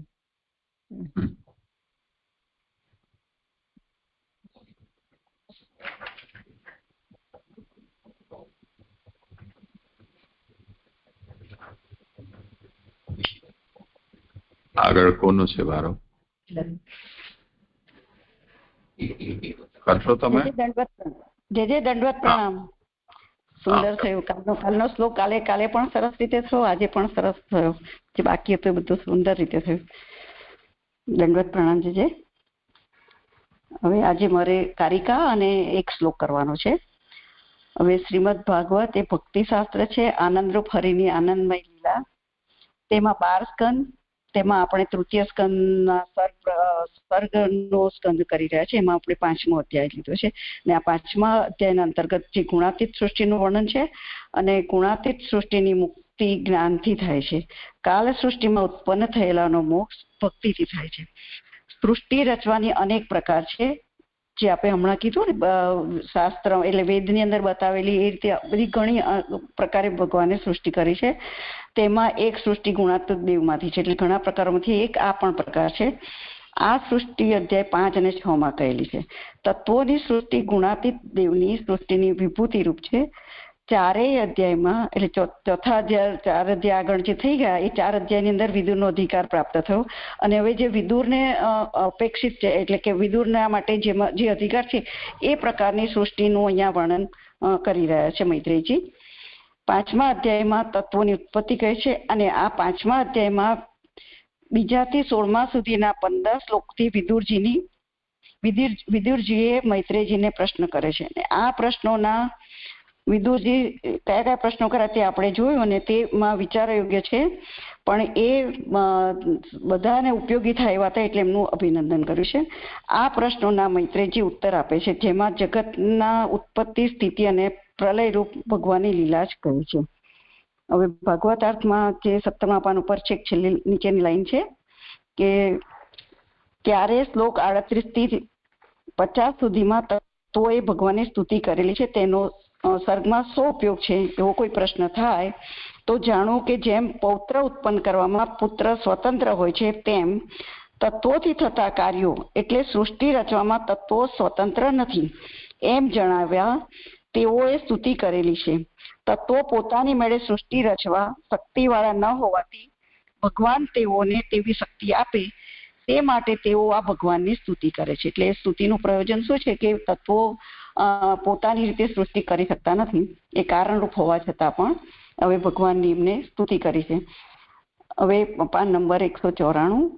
હવે ગઈકાલે આપણે જોયું શ્લોક 37માં કે કાલ, માયા અને જીવના ચિહ્નવાળા દેવો વિષ્ણુની કલાઓ છે. જુદા જુદા હોવાથી પોતાનું કાર્ય કરવાની શક્તિ રહિત તેઓએ 2 હાથ જોડી શક્તિમાનને કહ્યું, અર્થાત સ્તુતિ કરી, જે હવે આપણે 38મા શ્લોકમાં જોઈશું. પરંતુ તે પહેલા એને કારિકા છે જે કે સ્તુતિના વિષયમાં જે વિષય આવી રહ્યા છે તેનું અહીંયા મહાપ્રભુ જે કારિકા કરી છે તે કારિકા 12 થી શરૂ થાય છે. કારિકા 12 194મા પાન ઉપર છે. સૃષ્ટો તુ સાધકમ રૂપમ ભક્ત્યાદિર વિનિરૂપ્યતે તત્વાદિ સ્તોત્ર રૂપેણ સર્વલીલાસુ તત્સ્થિતો તત્વૈર અસ્તુ ભક્તિ નિર્ધારો જ્ઞાનસ્ય બ્રાહ્મણા તથા ઋષિર્ભિ યજ્ઞ નિર્ધાર સ્થિતયમ સૃષ્ટિ હેતુકમ. એટલે તત્વ વગેરેની સ્તુતિના પ્રકારથી સૃષ્ટિમાં તો ભક્તિ વગેરે મોક્ષ પ્રાપ્ત કરાવનારું સ્વરૂપ જણાવવામાં આવે છે. તત્વોએ ભક્તિનો નિર્ણય કરેલો છે. એમાં 1 નંબરની ફૂટનોટ છે કે સ્તુતિના પ્રકારથી. તો સ્તુતિના પ્રકારથી એટલે તત્વોએ કરેલી સ્તુતિ અને પછી બ્રહ્માએ કરેલી સ્તુતિ અને ઋષિઓએ કરી, એ ત્રણેય સ્તુતિ બતાવી છે. તો કરેલી સ્તુતિઓનું તાત્પર્ય કહેતા આ વિષય ચાલુ પ્રસંગમાં કેવી રીતે ઉપયોગી છે તે જણાવે છે. એટલે અહીંયા જે ચાલુ અત્યારે જે પ્રશ્ન કરી રહ્યા છે તો અહીંયા કેવી રીતે ઉપયોગી છે એ અહીંયા જણાવ્યું છે આ કારિકાથી. અને સૃષ્ટિમાં તો ભક્તિ એટલે બીજી ફૂટનોટ છે કે તત્વોને સૃષ્ટિ રચવાનું સામર્થ્ય જોઈએ છે, તેમાં ભક્તિ વગેરેનું નિરૂપણ શા માટે કરે છે એવી શંકા દૂર કરવા તું એટલે કે તો શબ્દ યોજેલો છે, જે મૂળમાં છે સૃષ્ટો તું. તો અહીંયા આગળ તો એટલે સૃષ્ટિ રચવા માટે એ અસમર્થ છે, એટલે ભગવાનને પ્રાર્થના કરે છે. અને પ્રાર્થના કરવા માટે બધા સાથે છે, એટલે કે જે આપણે અત્યાર સુધી જે જોઈ ગયા તત્વો બધા છે એમાં ઋષિઓ અહીંયા આગળ એટલે તત્વોએ પોતે નિર્ણય શું કરેલો છે કે હું ભક્તિ વિશે ભગવાનને પ્રાર્થના કરે છે કે મને ભક્તિથી આ રીતે પ્રાપ્ત કરાવો એમ. એ પ્રમાણે જ્ઞાનનો અને ઋષિઓએ યજ્ઞનો નિર્ણય કરેલો છે. બધી લીલાઓમાં સ્થિતિના સંબંધમાં તો તે ત્રણેય સૃષ્ટિના કારણરૂપ છે. એટલે બધી સ્થિતિમાં એટલે કે 3 નંબરની ફૂટનોટ સ્થિતિના વિષયમાં બધી લીલાઓ એટલે ત્રણેય તત્વો બ્રહ્મા અને ઋષિઓ કરેલા. ત્રણેય એટલે ઉત્પત્તિ સ્થિતિ લય ગણો અને તત્વો બ્રહ્મા અને ઋષિઓ, અને ત્રણેય અહીંયા સ્થિતિ એટલે કે જયારે સૃષ્ટિ સર્જાયા પછી જયારે સ્થિતિની અવસ્થામાં હોય જયારે સૃષ્ટિ ત્યારે પણ આ ત્રણેયની જરૂરિયાત છે. એટલે એ નિર્ણય સૃષ્ટિના કારણરૂપ છે. તેથી તે નિર્ણયોથી સૃષ્ટિમાંથી અને સૃષ્ટિમાંથી એમ 2 વાર લખ્યું છે તો સૃષ્ટિમાં અને સૃષ્ટિમાંથી મોક્ષ પ્રાપ્ત કરાવનાર સ્વરૂપ જણાવવા ભક્તિ વગેરે કહેલા છે એવો અર્થ છે. એટલે સૃષ્ટિ જયારે સ્થિતિ અવસ્થામાં હોય ત્યારે અને સૃષ્ટિમાંથી જયારે મોક્ષ પ્રાપ્ત કરાવવો હોય ત્યારે પણ ભક્તિ વગેરે જરૂરી છે. એટલા માટે તત્વોએ ભક્તિની આવશ્યકતા લાગી છે અને એમણે એમના માટે પ્રાર્થના કરી છે.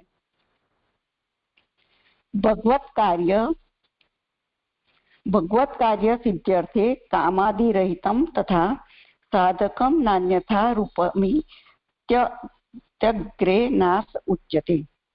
ભગવાનનું કાર્ય થાય તે માટે કામ વગેરે વિનાનું ભક્તિનું સ્વરૂપ તેવું છે. એના માટે 4 નંબરની ફૂટનોટ છે કે તેવું એટલે મોક્ષ પ્રાપ્ત કરાવનારું. એટલે ભક્તિનું સ્વરૂપ કેવું છે કે તો મોક્ષ પ્રાપ્ત, એટલે ભગવાનનું કાર્ય, એટલે જે સૃષ્ટિ કાર્ય કરે અને જો તે નિષ્કામ ભક્તિ હશે તો એ મોક્ષ પ્રાપ્ત કરાવશે એમ. બીજા પ્રકારનું ભક્તિનું સ્વરૂપ મોક્ષ પ્રાપ્ત કરાવનારું નથી, તેથી આગળ નાશ કહેલો છે. એમાં 4 નંબરની ફૂટનોટ છે કે મોક્ષ પ્રાપ્ત કરાવનારું નથી તેવું એટલે 2 વાર છે. ભક્તિ વગેરેમાં કામ, એટલે કે સકામતા જયારે આવી જાય ત્યારે તો તે દોષ રૂપ જ હોવાથી આગળ કર્મ વગેરેનો નાશ કહેલો છે. એટલે કર્મ જે સકામતાથી કરેલું છે તો એ કર્મનો તો આગળ જતા રહેતું નથી. કર્મ કર્યા પછી તેનું કર્મફળ આપીને અથવા તો એનું ક્યાંય નથી એવું હોતું, એટલે એનો નાશ થાય છે. તેથી કામના એટલે વગેરે વિનાની, એટલે કે નિષ્કામ ભક્તિનું સ્વરૂપ મોક્ષ પ્રાપ્ત કરાવનારું છે એવો અર્થ છે. એટલે તત્વો જે પ્રાર્થના કરી રહ્યો છે એમાં નિષ્કામ ભક્તિ માટે પ્રાર્થના કરે છે. કાલ પ્રયુક્તા ભક્તિર્હિ ત્રયોદશ વિધાયતઃ અન્યથા સૃષ્ટિકરણમ શુદ્ધયા નૈવ તદ ભવેત. કારણ કે કાલેથી થતી ભક્તિ 13 પ્રકારની છે. એમાં 6 નંબરની ફૂટનોટ 13 શ્લોકોથી તત્વો સ્તુતિ કરે છે તેનું કારણ આથી કહેલું છે. અહીંયા આગળ સ્તુતિના શ્લોકની સંખ્યા 13 છે અને એટલા માટે અહીંયા કીધું છે કે કાલથી થતી ભક્તિ 13 પ્રકારની છે, એટલે 13 પ્રકારની અહીંયા આગળ શ્લોકની સંખ્યા બતાવી છે, એના માટે અહીંયા કીધું છે. તેથી આ ન હોય તો શુદ્ધ ભક્તિથી સૃષ્ટિ રચવાનું તે કાર્ય ન જ થાય.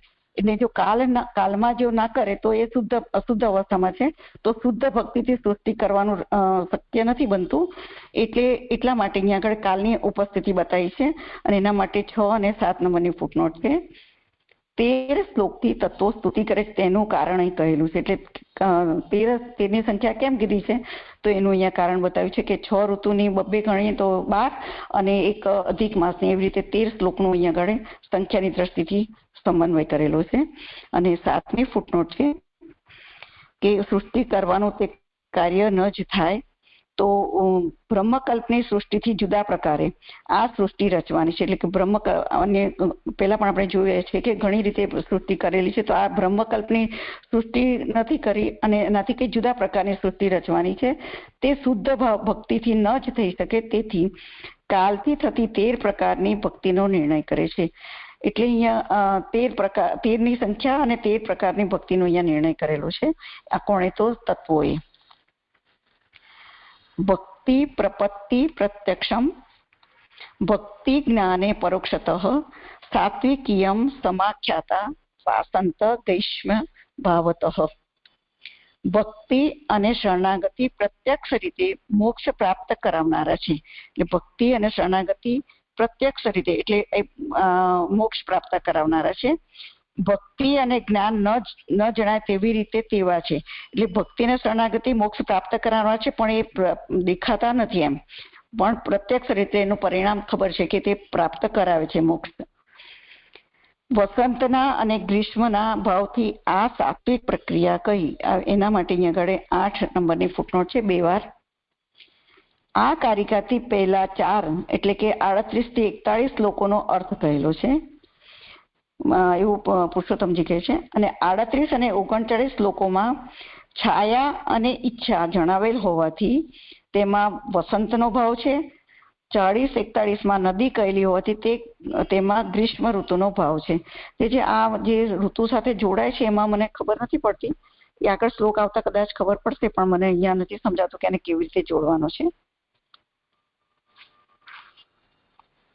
રાજસે ભક્તિ રાહિત્યા તદર્થ પ્રાર્થના પુરા શરણાગમનમ પશ્ચાત નિંદયા સાધનમ ફલે. રાજસ પ્રકારમાં ભક્તિ ન હોવાથી પહેલા તેને માટે પ્રાર્થના કરે છે, પછી શરણ જાય છે, પછી નિંદાના પ્રકારથી સાધન અને પછી 2 ફળ કહેલા છે. આમાં રાજસ પ્રકારમાં ભક્તિ ન હોવાથી એ પહેલા તેને માટે પ્રાર્થના કરે છે. એટલે રાજસ પ્રકારમાં ભક્તિ નથી હોતી એટલા માટે એ પહેલા એના માટે પ્રાપ્ત કરવા માટે પ્રાર્થના કરે છે. એના 9 નંબરની ફૂટનોટ છે કે પહેલા એટલે રાજસ પહેલા. 42મા શ્લોકમાં તેને માટે એટલે સ્મૃતિ વગેરે માટે પ્રાર્થના કરે છે. જે આ ફૂટનોટ નથી સમજાતી કે રાજસ પહેલા એટલે સાત્વિક પ્રકાર થઈ ગયો, તો એમાં અત્યારે સાત્વિકમાં પહેલા પ્રાર્થના કરે છે. અને સ્મૃતિ વગેરે માટે, સ્મૃતિ એ કયા અર્થમાં છે? કદાચ એવું કહેવાય કે આ પ્રલય પછીની સૃષ્ટિ છે, તો સ્મૃતિ એ અર્થમાં પણ હોઈ શકે, પણ મને ખબર નથી. જે પછી આપ કરાવજો. પછી શરણ જાય છે, એટલે પછી ભગવાનના શરણે જાય છે. પછી નિંદાના પ્રકારથી સાધન, અને પછી 2 ફલ કહેલા છે. એના માટે 10, 11 અને 12. 10મી ફૂટનોટ છે કે 43મા શ્લોકમાં શરણે જાય છે, એટલે તત્વો ભગવાનને શરણે જાય છે. પછી 44માં 11મી ફૂટનોટ છે કે 44 શ્લોકમાં સાધન રૂપ. પછી 12મી ફૂટનોટ છે કે 45મા શ્લોકમાં 42મા શ્લોકમાં કહેલી પ્રાર્થના, જે રાજસ પહેલા કીધું હતું ને તે પહેલા એ પ્રાર્થના, અને 45મા શ્લોકમાં કહેલા ફળ રાજસપણું દર્શાવનારા છે. જ્ઞાનની પ્રાપ્તિ અને વૈકુંઠની પ્રાપ્તિ રૂપ 2 ફલ અહીં કહેલા છે. એટલે જ્ઞાનની પ્રાપ્તિ અને વૈકુંઠની પ્રાપ્તિ, એટલે કે જે ભગવત ધામની પ્રાપ્તિ, એ રીતે અહીંયા 2 ફલ બતાવેલા છે. રાજસ પ્રકારના પહેલા 2 એટલે 42 અને 43 શ્લોક વર્ષા ઋતુ જણાવનારા, અને છેલ્લા 2 44 અને 45 શરદ ઋતુ જણાવનારા છે. એટલે અહીંયા આગળ શ્લોકનું બાયફર્કેશન જે બતાવ્યું છે કે કેટલા શ્લોક શ્રુતિના જે 13 શ્લોક છે એમાં કયો વિષય છે એ અહીંયા આગળ જણાવેલો છે. પછી આગળ કારિકા 18 તામસે જ્ઞાનનિંદા પરોક્ષે ભજનમ સ્તુતમ ભગવત કાર્ય રાહિત્ય હેતુ કત્યા સ્વસ્ય સાધનમ. તામસ પ્રકારમાં જ્ઞાનની નિંદાથી વિયોગમાં કરેલા ભજનની પ્રશંસા કરેલી છે. ભગવાનના કાર્યમાં નકામા હોવાનું કારણ જણાવીને પોતે સાધનરૂપ થવા પ્રાર્થના કરે છે. ત્યાં તામસ પ્રકારનું બતાવ્યું. એમાં 13 નંબરની ફૂટનોટ છે કે તામસ પ્રકારના પહેલા એટલે કે 46મા શ્લોકમાં જ્ઞાનની નિંદા કરેલી છે, તે તામસપણું જણાવે છે. એટલે જ્ઞાનની નિંદા કરી છે એ તામસપણું છે. બાકીના 3 47, 48 અને 49 શ્લોકમાં જ્ઞાનનો અભાવ જણાવેલો છે. એટલે આ પાછળના જે 3 શ્લોક છે એની અંદર જ્ઞાનનો અભાવ જણાવેલો છે. અને પોતે સાધનરૂપ થવા પ્રાર્થના કરે છે, તે ફૂટનોટ છે 14. પહેલા 2 એટલે 46 અને 47 શ્લોકમાં અનુક્રમે બલ, એટલે 46માં બલ અને જુદા રહેવાથી થયેલી અશક્તિ, એટલે બધા તત્વો અલગ અલગ છે એટલે અશક્તિ જણાવ્યા, તે હેમંત ઋતુનો ભાવ સૂચવનારા છે. બીજા 2 એટલે 48 અને 49 અનુક્રમે આ 2 શ્લોકમાં અનુક્રમે અન્ન ખાવાનું અને ગર્ભાધાન કયા, તે શિશિર ઋતુનો ભાવ જણાવનારા છે. એટલે આ રીતે દરેક શ્લોકની સાથે ઋતુનો અહીંયા જે કાલમાં કરેલી છે સ્તુતિ અને પ્રાર્થના, તો એના માટે જે શ્લોક છે તે શ્લોકની અંદર એની સાથે સાથે કાલના સાથે પણ જોડાણ કરેલું છે. તત્વોએ જે સ્તુતિ કરી છે એમાં મલવત પ્રાર્થના પ્રોક્તા દ્વિવિધા સ્થા નિગજ્યતે. મલ જેવી પ્રાર્થના કહેલી છે તે 2 પ્રકારની કહેલી છે. 15 નંબરની ફૂટનોટ. આ અર્ધકારિકાથી 50મા શ્લોકનો અર્થ કહેલો છે. ચક્ષુ એટલે કે જ્ઞાનનું દાન અને સાથે ક્રિયાશક્તિનું દાન મેળવવા 2 પ્રકારની પ્રાર્થના છે. આ મલમાં અધિકમાં સૂચવનાર છે. એટલે આ રીતે કાલની સાથે કેવી રીતે જોડાય છે શ્લોક અને શ્લોકની અંદર એનો ભાવ, એ અહીંયા સ્તુતિના 13 શ્લોકની અંદર નું વિભાજન બતાવ્યું અને એની સાથે સાથે કાલનું જોડાણ બતાવ્યું. પણ જે આની અંદર ઋતુ સાથે જે જોડાય છે એનું જોડાણ મને નથી સમજાતું. જેને ભાગે આવશે જોડશે, બધી જવાબદારી આપણી. બરાબર છે. પહેલો શ્લોક છે ને એમાં આગળ એ મરે આવે છે, એટલે મેં એના પહેલાથી જ કીધું કે આગળ આપ કરાવશો. તે પૈકી 1 મિનિટ. હા,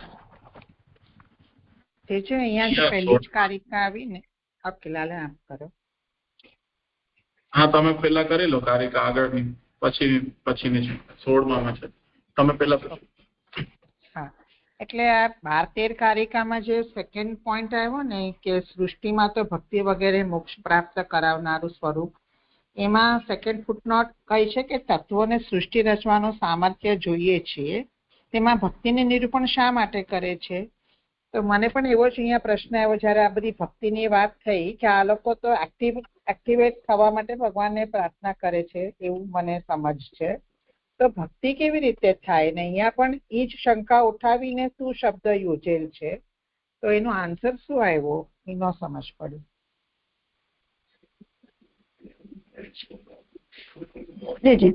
એટલે અહીંયા એવું કીધું છે કે સ્તુતિ કેમ કરી, તત્વોએ સ્તુતિ કરી તો સૃષ્ટિ રચવા માટે એમને સામર્થ્ય જોઈએ છે. તો એને જે પ્રાર્થના કરવાની નો પ્રકાર જે છે ને, તો એમણે ભક્તિ પસંદ કર્યો છે કે ભક્તિથી એટલે પ્રેમથી ભક્તિથી ભગવાનના શરણાગત થઈ અને અમે આ વસ્તુ માંગી રહ્યા છે ભગવાન પાસે. શક્તિ માંગવા માટેનો જે પ્રકાર બતાવ્યો છે ને એ 3 રીતે થઈ શકે. કર્મ એટલે અહીંયા આગળ જે કીધું ને, બ્રહ્માજીએ જ્ઞાનથી અને ઋષિઓએ યજ્ઞથી, એવી રીતે તો આ 3 પ્રકારમાંથી એમણે તત્વોએ આ પ્રકાર પસંદ કર્યો છે કે અમે ભક્તિ માર્ગ દ્વારા એમ ભગવાનના શરણે જઈએ અને અમારી માટે શક્તિનું માટે પ્રાર્થના કરીએ. જે મને તેવું સમજાય છે.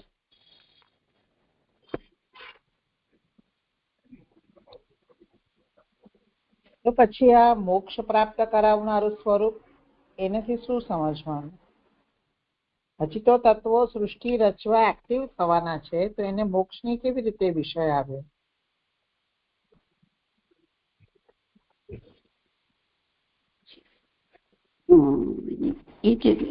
એ તો મને નથી સમજાતું, કારણ કે સૃષ્ટિ જ્યારે થશે ત્યારે પાછળ સૃષ્ટિ પૂર્ણ થયા પછી પાછા પણ પધારવાનું થશે, તો એના માટેના 3 રસ્તા બતાવે છે. એટલે ભક્તિથી કરે છે એ પણ ખરું, અને ભક્તિ દ્વારા ભગવાનને પાછા પ્રાપ્ત પણ કરી શકશે. એટલે જીવો જ્યારે સૃષ્ટિમાં આવે છે અને પાછું પણ એમનો પ્રાણ એટલે પાછો જે સર્ગ થશે તો એ પણ એ સર્ગ તો થશે ને, તો એ પાછા મોક્ષ થઈને પ્રભુમાં પાછા પ્રાપ્ત થશે.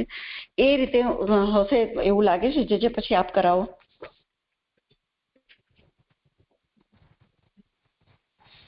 તમારો આ શ્લોક તમારો છે કે આ બધા માટે છે? મારો એક શ્લોક તો ખાલી એક જ છે, 38મો જ ખાલી છે, પણ એ પહેલાની આ કારિકાઓ છે. હા, પણ એટલે કારિકા તો બધાને લાગુ પડે છે ને, જે અમુક શ્લોક પૂરતી છે, અમુક પોતપોતાને લાગતા વળગતા પૂરતી છે. એટલે આ જે તમારો શ્લોક છે એમાં આનો વિષય આવે છે? ના, જેથી આમાં નથી આવતો, મોક્ષનો પ્રકાર નથી આવતો. હા, ભક્તિનો આવે છે. એટલે ભક્તિ કરીને શરણાગતિ મુખ્ય તત્વોની વાત જ છે. એટલે પહેલી સ્તુતિ તો તત્વોની જ છે ને, તો આ બધો ભક્તિ માર્ગનો પ્રકાર જ છે. તે શ્લોકમાં તો હશે જ, પણ એના પ્રકાર જુદા જુદા છે. પણ પહેલામાં શરણાગતિનો પ્રકાર છે અને ભક્તિનો પ્રકાર છે પહેલો 38મા શ્લોકમાં. તો એ દ્વારા જ ભગવાનને શરણે જાય છે. મોક્ષનું એમાં નથી આવતું. મોક્ષનું એમાં અરે મોક્ષ નહીં, તો બધી લીલાઓની વાત છે ને અહીંયા. તો જેવી રીતે સર્ગ એક લીલા છે એવી રીતે મુક્તિ પણ એક લીલા છે. તો દરેકના વિષયમાં આ ત્રણેયના નિર્ણયો છે એ અહીંયા આવશ્યક છે. એ જ તો વાત કહી રહ્યા છે ને.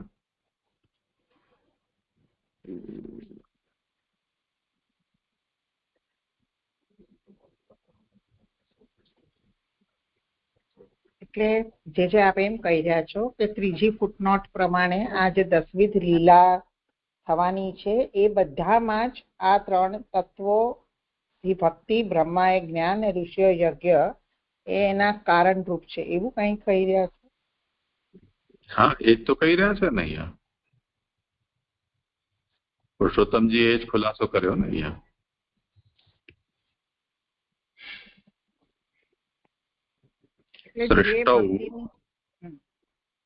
સૃષ્ટૌ તુ સાધકમ રૂપમ ભક્ત્યાદેહ વિનિરૂપ્યતે તત્વાદિ સ્તોત્ર રૂપેણ સર્વલીલાસુ તત્સ્થિતૌ.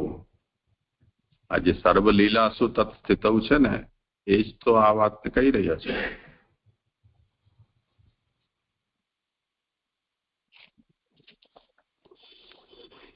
કે એવું સમજવું કે આ જે 13 શ્લોકથી ભક્તિ જે લોકો સ્તુતિ કરે છે એનાથી એ લોકો સૃષ્ટિ કરી પણ શકશે ને સૃષ્ટિમાંથી મોક્ષ પણ પ્રાપ્ત કરાવી શકશે, એવી આ એમનું ભક્તિનું સ્વરૂપ છે, એવું સમજવાનું છે અહીંયા. એ તો કોકિલાબેન કરશે. ભક્તિનું આ જે આમાં ચાલશે જુઓ હા જીજી. તમારા. એટલે હા, આમાં એવું કહેલું જ છે ને કે તેવું એટલે મોક્ષ પ્રાપ્ત કરાવનારું. અહીંયા મોક્ષ પ્રાપ્ત કરાવનારું પણ ચોથી ફૂટનોટમાં કીધું, અને અહીંયા સ્થિતિને પણ વિષય ત્રીજામાં કહે સ્થિતિના વિષયમાં પણ બધી લીલાઓ. એટલે બધી લીલાઓ એટલે ત્રણેય લીલાઓ, ઉત્પત્તિ સ્થિતિ લઈ ત્રણેય બધી લીલાઓ. એટલે આ ત્રણેય જણે પોતે કામ વહેંચી લીધું છે. એટલે તત્વોએ ભક્તિના પ્રકારથી પહેલા પ્રાર્થના કરીને ઉત્પત્તિ માટે એટલે મીન્સ કે આ સૃષ્ટિ રચવાના કાર્યમાં સાધકરૂપ બનવું છે એમને. એવી રીતે બ્રહ્મા અને ઋષિઓએ એ પણ મોક્ષ માટેના જે માર્ગો પસંદ કર્યા છે એ દરેકે પોતપોતાની રીતે કર્યા છે. એ બેનો અહીંયા કઈ ઉલ્લેખ નથી આગળ આવતો, પણ તત્વોના વિષયમાં અહીંયા આવે છે કે તત્વોએ આ ભક્તિ માર્ગ પસંદ કર્યો છે કે આ ઉત્પત્તિમાં માટે સામર્થ્ય પણ પ્રાપ્ત કરશે ને ભક્તિ માર્ગ જે પ્રવર્તક થશે તો એના લીધે મોક્ષ પણ પ્રાપ્ત કરાવશે. એ સમજાવવું છે એમને. એટલે બધા પૂરા શ્લોક થશે ત્યારે આખો વિષય પૂરો થશે. પણ શરૂઆતમાં ખાલી શરણાગતિ તો બતાવી છે ને ભક્તિ અને શરણાગતિ તો બતાવી છે 38મા શ્લોકમાં. હા ભલે, આપણે જોઈ લેશું શ્લોક, પછી પાછા કારિકા જોઈશું, પછી નહીં સમજાય તો બીજું. પ્રણામ. એમાં બધી લીલાઓમાં એવું જે કહ્યું ને એટલે ઉત્પત્તિ સ્થિતિ લઈ ત્રણે ત્રણ સમજવાનું. અહીંયા સ્થિતિના વિષયમાં કોકિલાબેન એવું કહ્યું કે ઉત્પત્તિ સ્થિતિ લઈ ત્રણે ત્રણ. અહીંયા સ્થિતિના વિષયમાં બધી લીલાઓમાં આ ત્રણેય તત્વો બ્રહ્મા અને ઋષિએ કરેલા નિર્ણય સૃષ્ટિના કારણરૂપ છે. એટલે ઉત્પત્તિ કરીને સ્થિતિ એટલું જ સમજવાનું. પાછળ લય પણ એમાં એટલે મોક્ષ આપ્યો છે એટલે લય પણ એવી રીતે એટલે મૂળ કારિકામાં સર્વાસુ લીલાસુ છે ને એનો અર્થ અહીંયા સમજવાનો છે. અહીંયા સ્થિતિના વિષયમાં એવું અલગથી કરેલું છે ને એટલે પછી થોડું ત્રીજી ફૂટનોટમાં થયું મને કે ત્રણેય સમજવાનું એવું છે.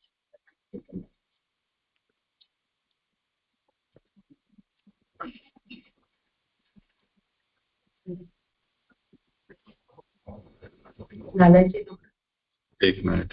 હા બોલ. હા દંડવત પ્રણામ જેજી. મારે 14મી કારિકામાં પ્રશ્ન હતો એટલે. હા બોલો ને. એનો જે આમાં 14મી ફૂટનોટ છે ને એમાં હતો મારો પ્રશ્ન કે હા 14મી ફૂટનોટમાં કે આ શ્લોકમાં અનુક્રમે અન્ન ખાવાનું અને ગર્ભાધાન કહ્યા તે શિશિર ઋતુનો ભાવ જ જણાવનાર છે. ગર્ભાધાન કહ્યા એ અન્ન ખાવાનું એ બે નહીં સમજ પડતી. એ તો 48-49 શ્લોક કોનો છે? મારો જ છે. હા પાણી પહેલા પાડ બાંધો છો. આપની કૃપાથી જ. હા એ તો આપણે જયારે મેચ શરૂ થશે ને ત્યારે જ જોશું. પ્રણામ. અમદાવાદી ચતુર છો.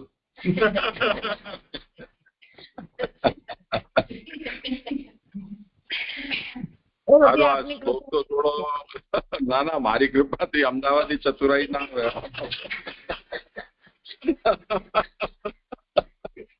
તમે પાછા મને ઓર ફસાવો છો.